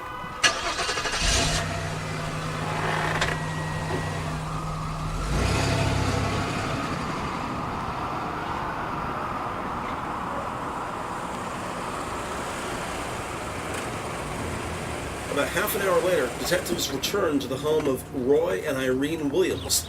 This time, both newlyweds are available, currently taking groceries out of an older model Volvo sky blue hatchback. With an armload of groceries, Irene Williams regards detectives with a smirk which is somewhere between sarcastic and smug. I forgot to tell him to call you. Mrs. Williams turns on a heel and carries the groceries toward her house. Still standing at the hatchback, detectives address Roy Williams. First things first, cops focus on Saturday, the night before Roy's wedding. The night of the bachelor party. How late was Michael here? But Irene is standing at the front porch, still holding her groceries. You're wrong, you know. Whatever you're thinking about Michael, he didn't do anything. There's a question pending. Roy Williams can either answer here or downtown at the station. Joe tells Roy his lack of concern is unusual. We're trying to make sense of your behavior. Most people we pay a visit, they want to help us. The newlywed takes a moment to think it through. He says Saturday night, during the bachelor party, Michael Byrne left about 9, maybe 9:15. The night of the party. The night Lisa died. There was the usual. Booze, strippers. But there was this porn tape. My brother brought it. When it came on, Michael... I thought he was going to have a heart attack. He ran out of the room, threw up, and I thought then maybe he had too much booze. But the guy said he hadn't had much. He just left. Do you remember what this porn video was? My brother, he actually buys the stuff. Some girl he really likes, J.C. Roberts. So that explains the Saturday night Lisa Paris died. Without mentioning the murder of porn king Joey Nash, investigators now focus on the past 24 hours. Roy tells detectives Michael came back last night, said he had recognized Lisa on the porn tape. Lots of crying, Irene gave him coffee, and he left about an hour after he had arrived. So last night, what time did he leave? 8:30. He was going to meet Ted Paris for a drink. Roy makes a genuine effort to be specific, but he cannot think of the bar's name. But he's pretty sure Michael said it somewhere along the Ventura Highway, maybe Sherman Oaks or Encino. Answering a few more questions, the newlywed confirms what cops already know, and is actually a more credible witness than Michael. Detectives thank Roy Williams for his time, then head back to their unmarked squad car.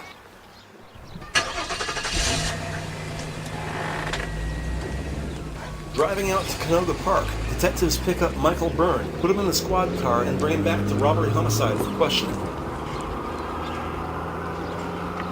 2:15 p.m. Interview room 7. Friday and Beltran question 29-year-old fiancé Michael Byrne. After interviewing Michael in good faith, detectives have had to return on multiple occasions to ask him questions because he had not been candid, whether acts of omission or outright deceit. Either way, Michael is starting to wear a path in the carpet, and detectives have had enough. You lied about the phone call. You lied about Joey Nash. You know what Lisa was doing. You saw her in that video. If you killed Mr. Nash, a jury could be made to understand. They understand crimes of passion. I didn't kill anyone. I did it to protect You did what, Michael? Look, I wanted to help you guys. I really did, all right? But helping you meant hurting her. Explain that for us. I left the party. I went straight to Lisa's house. I confronted her. I broke it off, the engagement. I said some things that hurt her, and I left. Go any place people saw you? The Coronet on La Cienega. I sat at the bar till they closed, then over to Norm's 24-hour. That's where I didn't answer a call. Went home at dawn and changed for the wedding. To go alone? Oh, yeah, to go without her. I never wanted to see her again. On the way over, I thought about the engagement ring. Yeah, I wanted it back. It was my mother's. I didn't want it on Lisa's hand. The door was open. I guess she wanted to be found, and when I went in, she was already cold. I knew it would kill her father. It would kill him. If he knew. What exactly did you do? I searched for anything that could expose her. I found her tax returns, threw them in the car, and called 911. 3 years. Hundreds of men. Women, too. And for what? So, 3 days ago, on his way to a wedding, Michael discovers Lisa's dead body on Sunday morning, hides her taxes, and then calls police.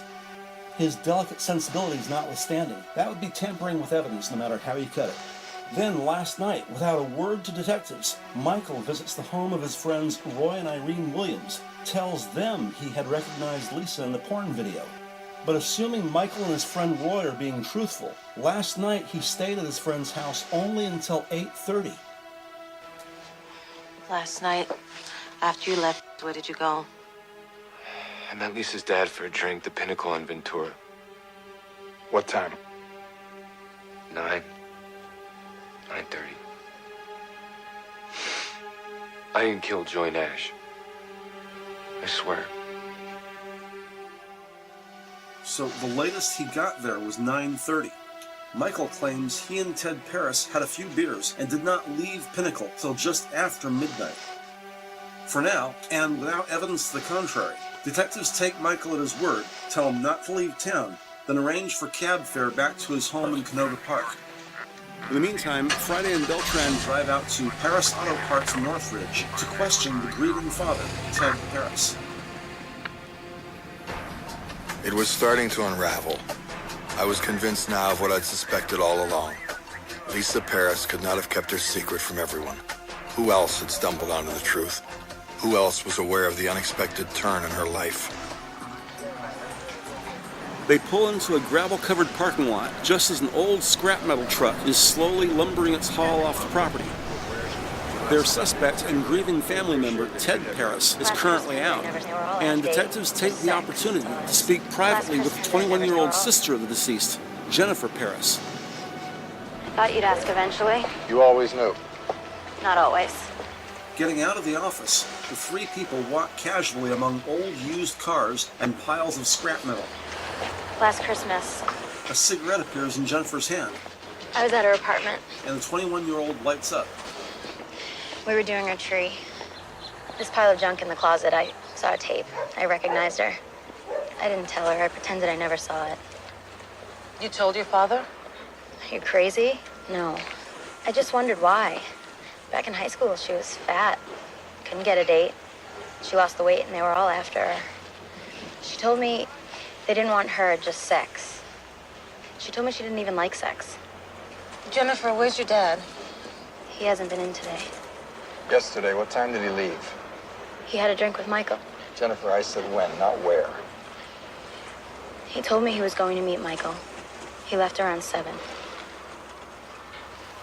A few more questions as they wrap up their interview. Friday and Beltran thank Jennifer, then proceed to their next stop, the Pinnacle Bar in Chatsworth. Reviewing their notes, Friday sits in the passenger seat as Beltran drives. Forensics says Joey Nash was killed about 10 p.m., maybe 9:30. Michael says he and Ted were both at the bar from 9:30 till midnight. It takes detectives less than half an hour to locate the Pinnacle. Positioned on the far west side of Chatsworth, a rowdy-looking drinking tavern on Ventura Highway at the intersection of America Street. Inside, the dicey-looking biker bar is dimly lit and smells of stale beer and cigarettes. When entering, patrons have a choice of sitting at bar, booth, or table. At the opposite end of the floor plan, at least one pool table is visible in a back room. Also visible in that back room, a smaller back exit leads out to an alleyway. A brightly lit jukebox separates the two doors marked men and women. Hanging from the ceiling, a mirrored disco ball is motionless, probably hasn't rotated since 1977. A tough-looking white guy behind the bar, clean-shaven 60-something with tattooed forearms and a bandana covering his bald head. Looks like a retired biker himself. When detectives show their identification, the barkeep introduces himself as Clint T. Gagner. And while a little rough around the edges, his demeanor with police is helpful and honest. Showing him a face picture, Friday asks Clint Gagner if he's ever seen this man. Wiping down the counter, the bartender says, sure, that's Ted. He drinks MGD. He was here last night with a younger guy. Gagner thinks it was his son-in-law, or would have been. In a red cushioned booth in a dark corner, a young couple sit together making out. All the other booths are empty. Joe Friday confirms Ted's been here before. You know Ted Paris? Yeah, he's a regular. Detective Beltran shows a picture of Michael. He was here when this man came in? I don't know what time Ted came in. The kid... He points at an empty booth beneath a large TV screen. And the kid sat over there for a while by himself. I remember that. How long? Could have been 10 minutes, could have been an hour. I was busy pouring drinks. When did you notice Ted? I went over to offer my condolences. It was after my break, so had to be after 11.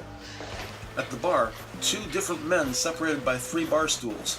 One drinks beer, the other with his head down next to an empty glass. Is there another way in? Yeah, the back, but everybody uses the front. They're afraid of the alley. So if he used the back door, you wouldn't have seen him? No, I was busy. I mean, if he doesn't stop at the bar, I wouldn't see him if he drove a Harley through the window. Friday and Beltran thank Clint Gagner for his time, then depart the building through its rear exit. This is one ugly alleyway. Trash and debris litter the ground everywhere, and there's the lingering smell of urine. Only one piece doesn't fit, the rest is perfect. Joey Nash was killed around 10 p.m. Or as early as 9:30. Ted leaves his house, takes care of Joey. And he sneaks in the back of a crowded bar so no one knows when he gets there. Motive makes opportunity. But the motive's a day too late. He didn't know about the porn, he never heard of Joey Nash. Joe Friday answers his smartphone. Friday. Who? Where is he? Uh-huh. An anonymous death threat has been made against adult film producer Kevin Ellis. And about 45 minutes later in Chatsworth, Friday and Beltran arrive at Nash Ellis Holdings. Putting on their latex gloves, detectives enter Soundstage 7 to find a tall, Asian-American forensic tech photographing a single sheet of paper lying on top of a wooden S&M bondage rack, complete with handcuffs hanging from chains at its 4 corners. Pacing the carpeted floor, the man they came to see, adult video producer Kevin Ellis, is justifiably worried. I knew this would happen. He points anxiously at the paper. There it is. With tiny cutout letters stuck to it, which form the message. You're next. Where'd you find this? My car. They must have slipped it through my window. Exchanging a nod with the tall forensic tech, Beltran picks up the death threat by its top edge and looks carefully at its surface. And no one touched this beside you? Nobody. She hands it to the forensic tech, who bags the sheet as evidence and takes it out to a waiting forensics truck. With any luck, they should have the trace evidence report completed by late this afternoon or early tomorrow morning. Friday gestures at the large mahogany desk. Maybe it was here this morning. I think I would have noticed that. They're gonna kill me too. They're gonna wipe out this whole company. Put you in protective custody. Anywhere. Over the desk, Beltran quickly grabs his briefcase and smartphone as Ellis shakes his head. Custody. Anywhere. Lock me up. I don't care. These mob guys don't stop. Kevin, this isn't the mob. The mob doesn't send warnings. Let's go. With a gentle shove, detectives hurry Ellis out the door to the relative safety inside their unmarked squad car. Beltran drives as Friday calls the Excelsior Hotel, with whom police have an account for situations such as this. Half an hour later, as they enter hotel room 313, Friday, Beltran, and Kevin Ellis are greeted with the handshake of a tall, uniformed cop. Joe introduces Officer Sebastian Sanchez, saying he is now Kevin Ellis's new best friend. As Joe checks out the room, door and windows, Beltran sits down at the desk phone and puts in a call to robbery homicide. On the phone, Detective Connie Hubble says their application for a search warrant for the home of Ted Paris was just declined by Judge Andrea Nielsen due to insufficient probable cause. Well, disappointed, but not really surprised. Beltran asks, what about Paris Auto Parts? A public service has less expectation of privacy. Connie Hubble says the business warrant is still pending with Judge Linus Bernstein, but his clerk told Hubble that warrant will also likely be declined for the same reason. Yeah, the Constitution. Beltran smiles. That pesky thing. Hubble says Organized Crime Task Force called. Apparently, Beltran had requested copies of their files on Joey Nash. Beltran affirms that's correct. Hubble says one of the files is currently under investigation by the feds. The detective, Carlos Gomez, said he needed his captain to sign off on it, and his promise of tomorrow might take a little longer than that. On the phone, Hubble says sorry she didn't have better news. That's okay, Beltran never shoots the messenger. Wrapping up their conversation, Beltran hangs up the phone. Joe says Officer Sanchez will guard Kevin Ellis till midnight, at which point the grave shift will take over. Dinner will be delivered at 6 p.m. tonight. TV gets most of the basic channels. No booze, but there's a deck of playing cards near the phone and a Gideon's Bible in the drawer of the night table. Not shy about expressing gratitude, Kevin Ellis repeatedly thanks Friday and Beltran and shakes hands with Sanchez for the third time. Heading back to robbery homicide, Beltran drives his Friday ride shotgun. So far, both their search warrants have been declined. When judges get too stingy, sometimes it's better to go through the DA's office, and Joe knows a prosecutor who might be able to assist. Pulling into vehicle motor pool, Beltran sets the parking brake as Joe gets a text message from Forensics Lab, ready for pickup, a trace evidence report from this morning's death threat to Kevin Ellis. Friday asks Beltran to pick up the lab report. In the meantime, Joe calls his contact at the DA's office, Assistant DA Eric Hansen. Not exactly drinking buddies, but in recent years working together, they've been responsible for 11 successful convictions. Add to that, they're both devout Dodgers fans. Half an hour later, Beltran returns to RHD to find Joe working at his desktop computer. She holds up the lab report from this morning's death threat against video producer Kevin Ellis. "You're next." It's cut out letters and the page they were stuck to. The paper's clean. She hands it to Joe, who looks it over briefly and then puts it aside. Who cuts out letters like that? Who sends a note, "You're next"? Someone who's playing a game? Joe types something on his keyboard. The game's called Watch Me Scare You. It's not about killing him. It's making him miserable before you kill him. Then reads its result. How clean was the paper? Sterile. No prints. The envelopes peel and seal. No saliva. No DNA. The glue, most common stick you can find. I mean, this guy knows what he's doing. One guess. What did Ted Paris do in the Army? She stands up I'm guessing and comes around to his side of the desk. he's not in food services. He points excitedly at his computer screen. CID intelligence is DD-14. As standing behind him, Beltran follows his gaze. He was a military cop. He investigated crimes in the service. That means we know he knows how to play games. A cop. No wonder I kind of like the guy. We share the same problem. Joe stands up and approaches Detective Hubble. Hubble stands up and turns to face Joe Friday. We got Kevin Ellis under guard at the Excelsior. I want you to go get him, take him to his warehouse. I want every tape that Lisa Paris ever made. Now, whatever's missing, go to porn stores, rent them, buy them. Every video she was ever in. Done. Every tape Lisa Paris, J.C. Roberts, ever did. Joe turns back to Denise Beltran, who says, We're no longer assuming Ted Paris didn't know what Lisa was doing. No, that's history. Whoever it is, the killer just upped the ante with that death threat to Kevin Ellis. Add to that, new judiciary rotation starts Monday, and the next judge assigned, Clarence P. Hamilton, no one knows anything about. Third time's charm, Friday spends the remainder of his day drafting a new application for a search warrant of Ted Paris's home and business, this time including the death threat against Kevin Ellis. Whether relevant or not, Joe can always try. During this time, Beltran starts a background check on Roy and Irene Williams in Panorama City.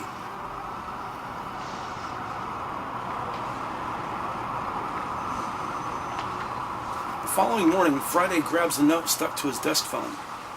Opening it, he recognizes the printing of Connie Hubble. There's a little gift for them in the conference room. Happy face, CH. Conference room. Turning on the lights as they enter, they see dozens of X-rated videotapes and DVDs nearly covering the long, narrow meeting table.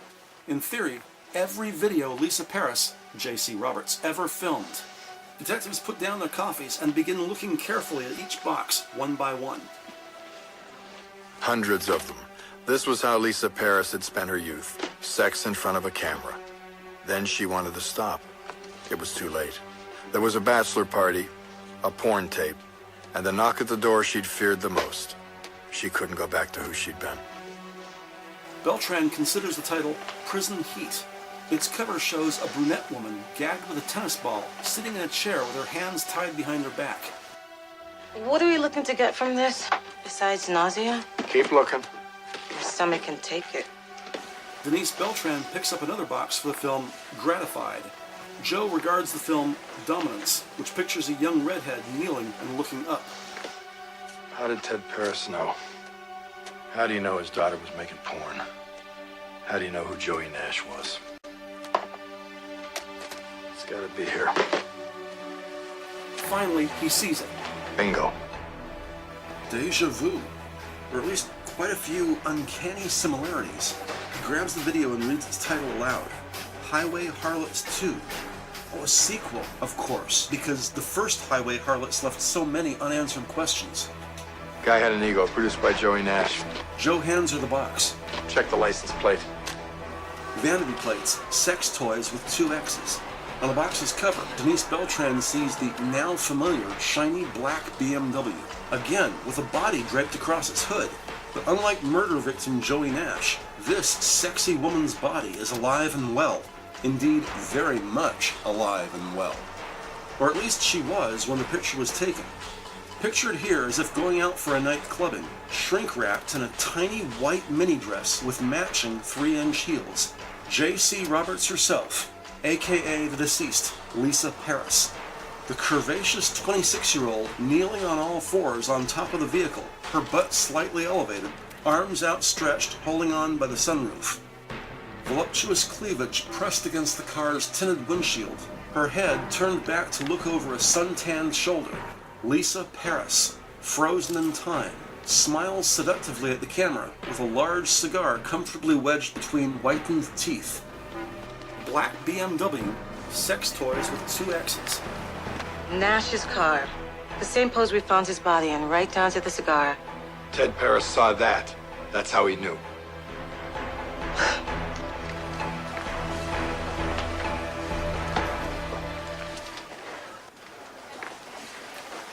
A few hours later, Friday and Beltran are working at their desks when they're approached by a tall, well-dressed African-American man in his mid-30s, and Joe introduces Beltran to his friend and colleague, Assistant DA Eric Hansen.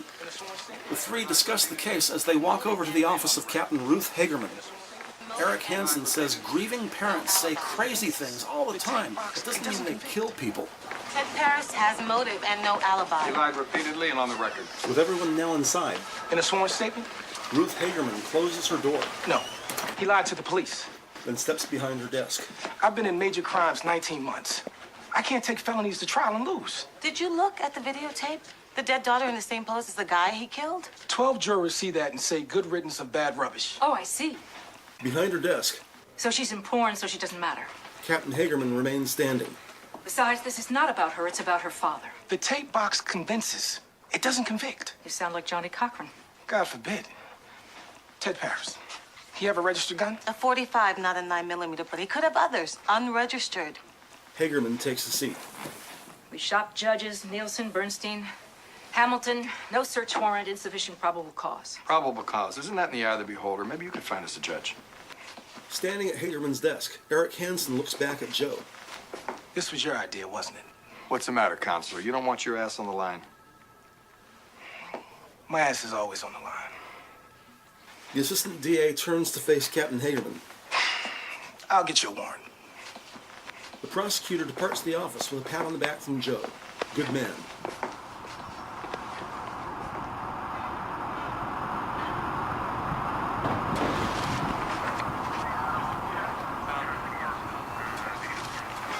And by crack of dawn the following morning, He got us our warrant. We went over to Ted Paris's auto parts business. We sent a team to his house. But Ted Paris was smart. We wouldn't find the obvious. We hoped maybe we'd find what he overlooked.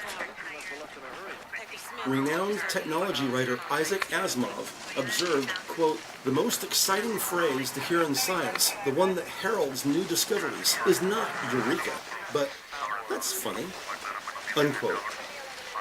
In Ted Paris's business office at Paris Auto Parts, while looking through one of the many file cabinets, Detective Beltran spots something unusual. Have a look at this. She hands an invoice to Joe. Purchase order sending metal to a scrapyard. Friday puts on his glasses as he takes the invoice from Beltran. Well, that's what Ted Paris does for a living. Check the dates. He sends a load every 2 weeks for 7 months, and then this week, twice in 2 days. Good observation, Detective Beltran. 2 pickups in as many days. Detectives focus on the most recent pickup date, the 17th. That was the day Ted Paris was out of the office. And the purchase order agrees. Signed by Jennifer Paris. Apparently there's something in that load of scrap metal Ted Paris was eager to get rid of. Be nice if they still have this stuff. They look at the company logo at the top of the invoice. SJW Scrap Metal Recycling, Tahunga, California. Good pricing and fast pickups. As a lawful extension to the warrant on Paris Auto Parts, Friday asks Beltran to take a warrant team and go to this SJW Recycling, and if at all possible, see if she can find this special delivery from Paris Auto Parts. On hand, their contracted metalsmith, Elliot Hyman, says if they find anything, they're going to need to get at it. His acetylene blowtorch and other resources can get into any standard crushed metal load in less than 1 hour. Joe agrees and tells Hyman to accompany Beltran to the recycling plant.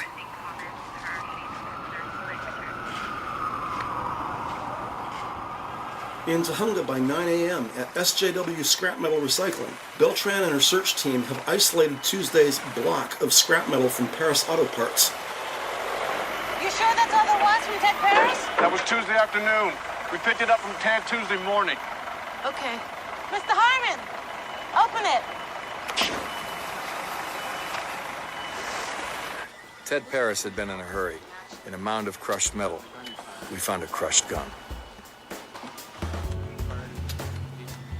Detectives Friday and Beltran arrive at ballistics lab about 45 minutes later. Digital readouts and various scientific equipment being used by studious-looking people in white lab coats. One such lab person, a 30-something Caucasian man with glasses and a short-clipped beard. Ballistic specialist George Graham says most of the 6-hour 9mm was crushed and its chamber destroyed. However, the barrel itself, with its identifying lands and grooves, was neither damaged nor even bent. But surprise, surprise, the entire pistol is completely free of any trace evidence. Totally clean. No prints, blood, tissue, debris, nothing. I want to hire this guy to do my floors. And the barrel's been filed. Inside's like glass. Friday recalls Paris Auto Parts has a lathe and sandblaster and also a table vise. It's convenient having a machine shop. Slug will show us something. Yeah, if I could fire that thing, which I can't, the chamber's shot.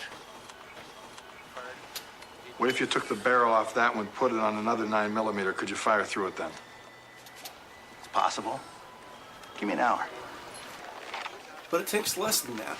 About 45 minutes later, as detectives are sitting at their desks, ballistic specialist George Graham walks up and hands his report to Joe Friday.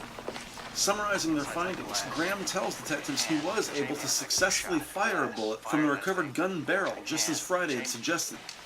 Comparing that bullet to the one that killed Joey Nash, the 2 slugs are similar enough to declare within reasonable certainty that this is the 9mm semi-automatic pistol that killed adult film producer Joey Nash.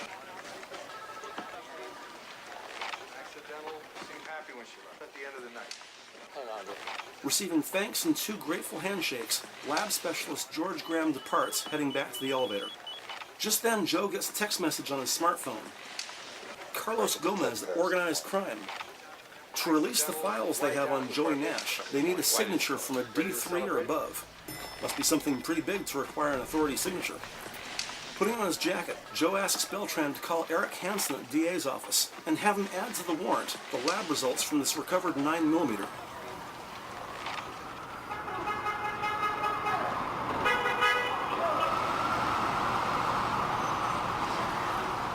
About an hour later, Joe returns to robbery homicide, where he finds Beltran speaking on the phone. We have the same caliber weapon, the same manufacturer. Yep, we'll let you know. DA wants to know how it'll play out in court. He drops a stack of file folders in front of her. You were right. 4 manila, 1 red. About what? You told Gomez to get everything the other agencies had on Joey Nash. The red one is FBI. She opens it as Joe continues speaking. Ted Paris has a friend there who pulled that over a month ago. Beltran sees zoom telephoto long shots of the adult film producer shopping at the market. That's how you know about Nash. Playing golf. Profile of Joseph Nash. Eating at restaurants. Surveillance pictures. Detective Friday. Well, tell your boss I need 3 arrest warrants. Yeah, we'll fax them. 3 warrants. You want to tell me what you have in mind? Ted Paris plays a pretty good game. I want to raise the stakes. Though he does not condone Ted Paris's crime, Joe can understand the 56-year-old Army vet's motivation. Sitting at his desk, the lead detective says he'd prefer to avoid the use of handcuffs. The next hour and a half is spent mostly at the courthouse picking up hard copies of the arrest warrants, then briefing the dozen or so uniformed cops who will assist in serving said warrants. It's 3:30 p.m. when Detective Friday pulls into the gravel-covered parking lot of Paris Auto Parts. 2 LAPD black and white cruisers pull in behind him. And to control access on and off the property, a third black and white parks in the driveway with its red lights flashing.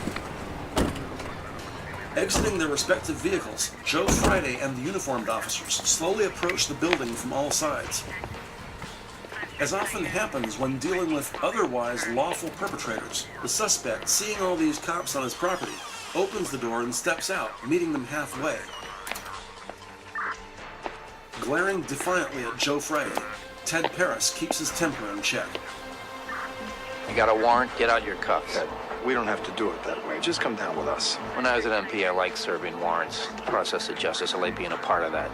The lead detective resists the use of handcuffs. No arrest. Just come down and talk. You feel sorry for me. Don't. Turn around. As the suspect complies, turning around, You're under arrest for the murder of Joseph Nash. Joe Friday steps back. You have the right to remain silent. As a uniformed officer handcuffs Ted Paris. Anything you say can and will be used against you in a court of law. The right to an attorney. After being booked, fingerprinted, and mugshot, a shackled Ted Paris is escorted by guard into interview room 4. Although this one's a little cleaner. Looks like a mirror image of the interview room from the other day. The former Army investigator spots the familiar one-way mirror, this time on the right wall, and its blinds are closed, suggesting they cannot be seen from the observation room next door. It's a technique used by police to add a sense of privacy, encouraging the suspect to speak more freely. Though, as both men know, most likely Ted Paris is being videotaped by some unseen hidden camera in the room. Or the closed blinds could just mean no one cares about Ted Paris. As the detainee sits down at the metal table, Joe uncuffs Ted, saying he trusts him not to get squirrely. And when offered something to drink, water, coffee, Ted says he's not thirsty. Gesturing to the tape recorder, Joe says this interview is being recorded and confirms once again Ted Paris has waived his right to counsel. Rolling his eyes, Ted says he hasn't killed anyone, and if they had enough evidence to convict, he'd be speaking to someone from the DA's office, not some police detective. With a confident sigh, casually clasping his freed hands behind his head, Ted Paris leans back comfortably in his chair. I've been in rough spots before. I'm sure you have. The two men sit facing each other across the table, with a small courier satchel as its centerpiece. Moving the bag to the side, Joe opens it and removes the lab report summary on the glue stick used in that death threat to Kevin Ellis. Its individual letters stuck together spelling out, "You're next." He puts the report in front of Ted Paris. Same glue as in your shop. 32,000 sticks sold since January. Unfazed, Friday puts another sheet in front of him. Ballistics lab summary comparing those 2 bullet slugs. Slug from Joey Nash, one from your gun. Those slugs look pretty clean. Could come from different guns. It's all circumstantial, and you know it. Well, here's something that's not circumstantial. You came in here and you told us you didn't know Joey Nash. You wanted that to go down on the record.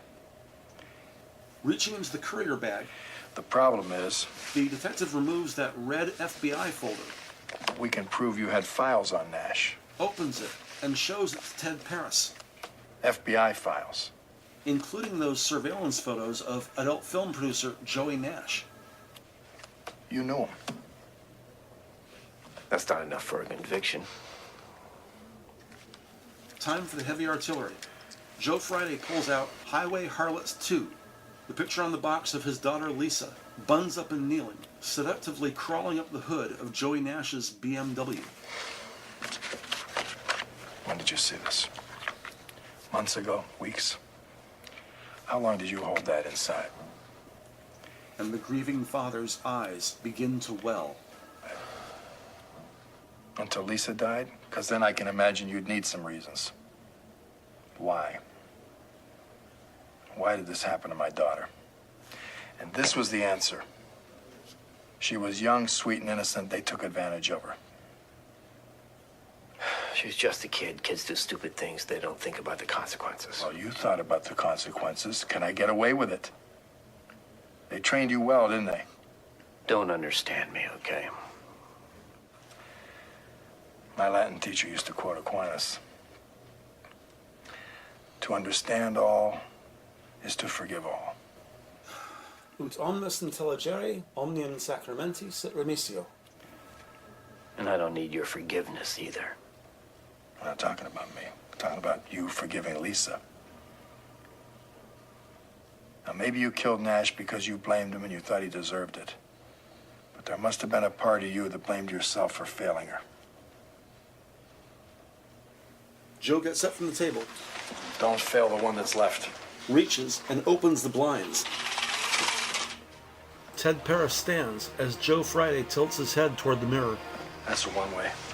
Yes, the veteran Army investigator knows what a one-way mirror is. Ted can see his reflection, but no.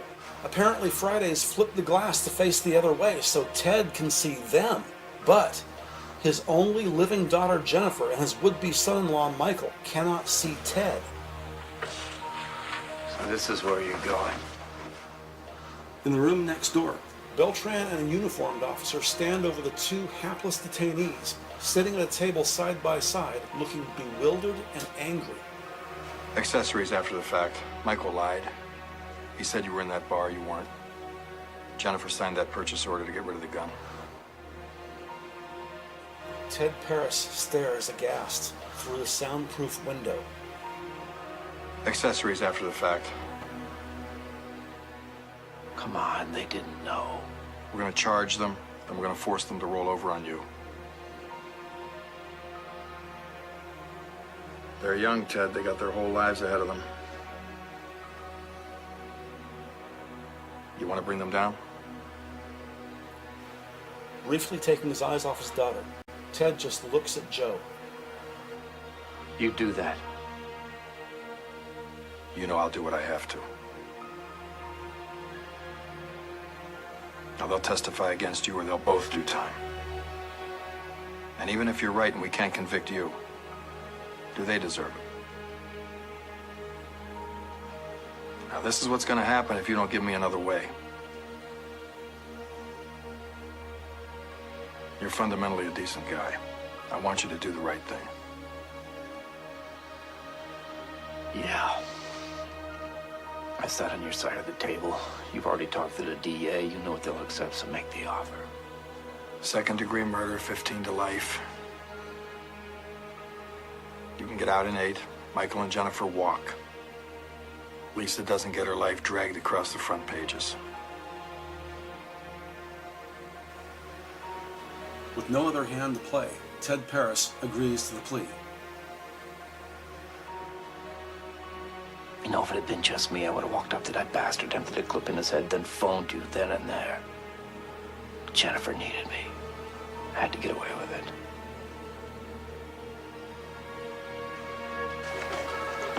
Upon completion of Ted Paris's transfer to Department of Corrections, Friday tells Beltran to clock out early. She's earned it. Plus, Monday promises lots of paperwork, phone tag, and email with Eric Hansen over at the DA's office.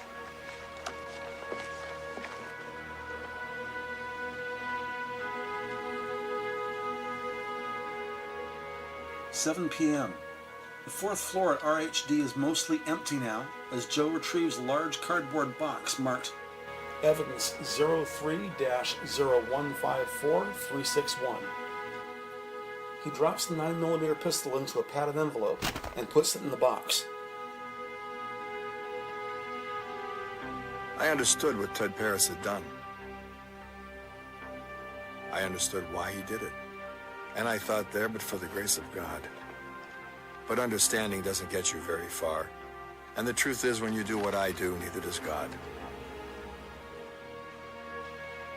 2 evidence bags, one with a death threat, the other with the glue used to make it. He opens the case file and takes one last look at a talent agency photo of aspiring actress Lisa Paris, smiling radiantly for a more mainstream audience. He takes the video box of Highway Harlots 2, puts that in the evidence box as well. Closing the box, Joe just looks at it.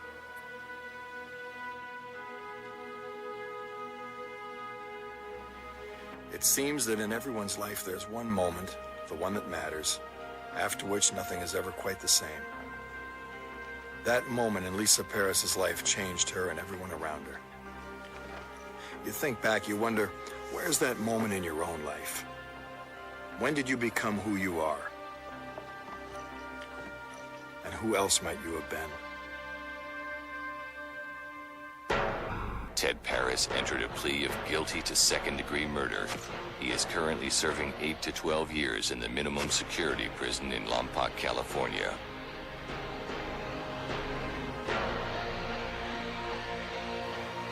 Executive producer, Dick Wolf.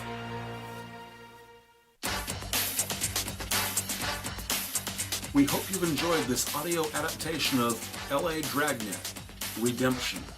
Original TV program directed by Darnell Martin, written by Brian L. Ross, and produced by Tyler Bessinger and Barry M. Berg.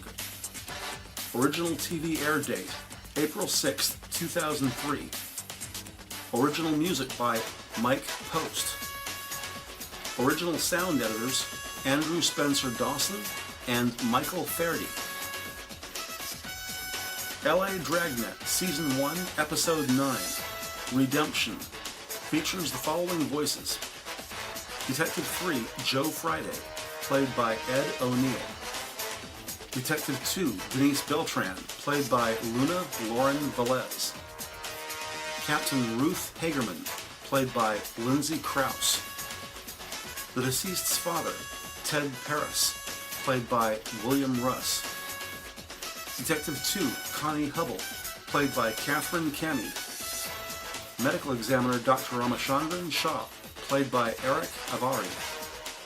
Retired adult film producer Andrea Furnell, played by Jamie Rose. Assistant DA Eric Hansen, played by Eric George. And organized crime detective Carlos Gomez, played by Daniel Sacapa. Released 27 May 2019. This audio drama of Redemption, produced at Project Wasabi Studios, Hollywood, California, 90028. Supplemental narration, editing, and sound effects by Brian Newberry. For more free audio dramas and non-fiction podcasts, visit us online at projectwasabi.com. This concludes our program. On behalf of Project Wasabi Studios, this is Brian Newberry saying thank you for listening, and we'll talk to you soon.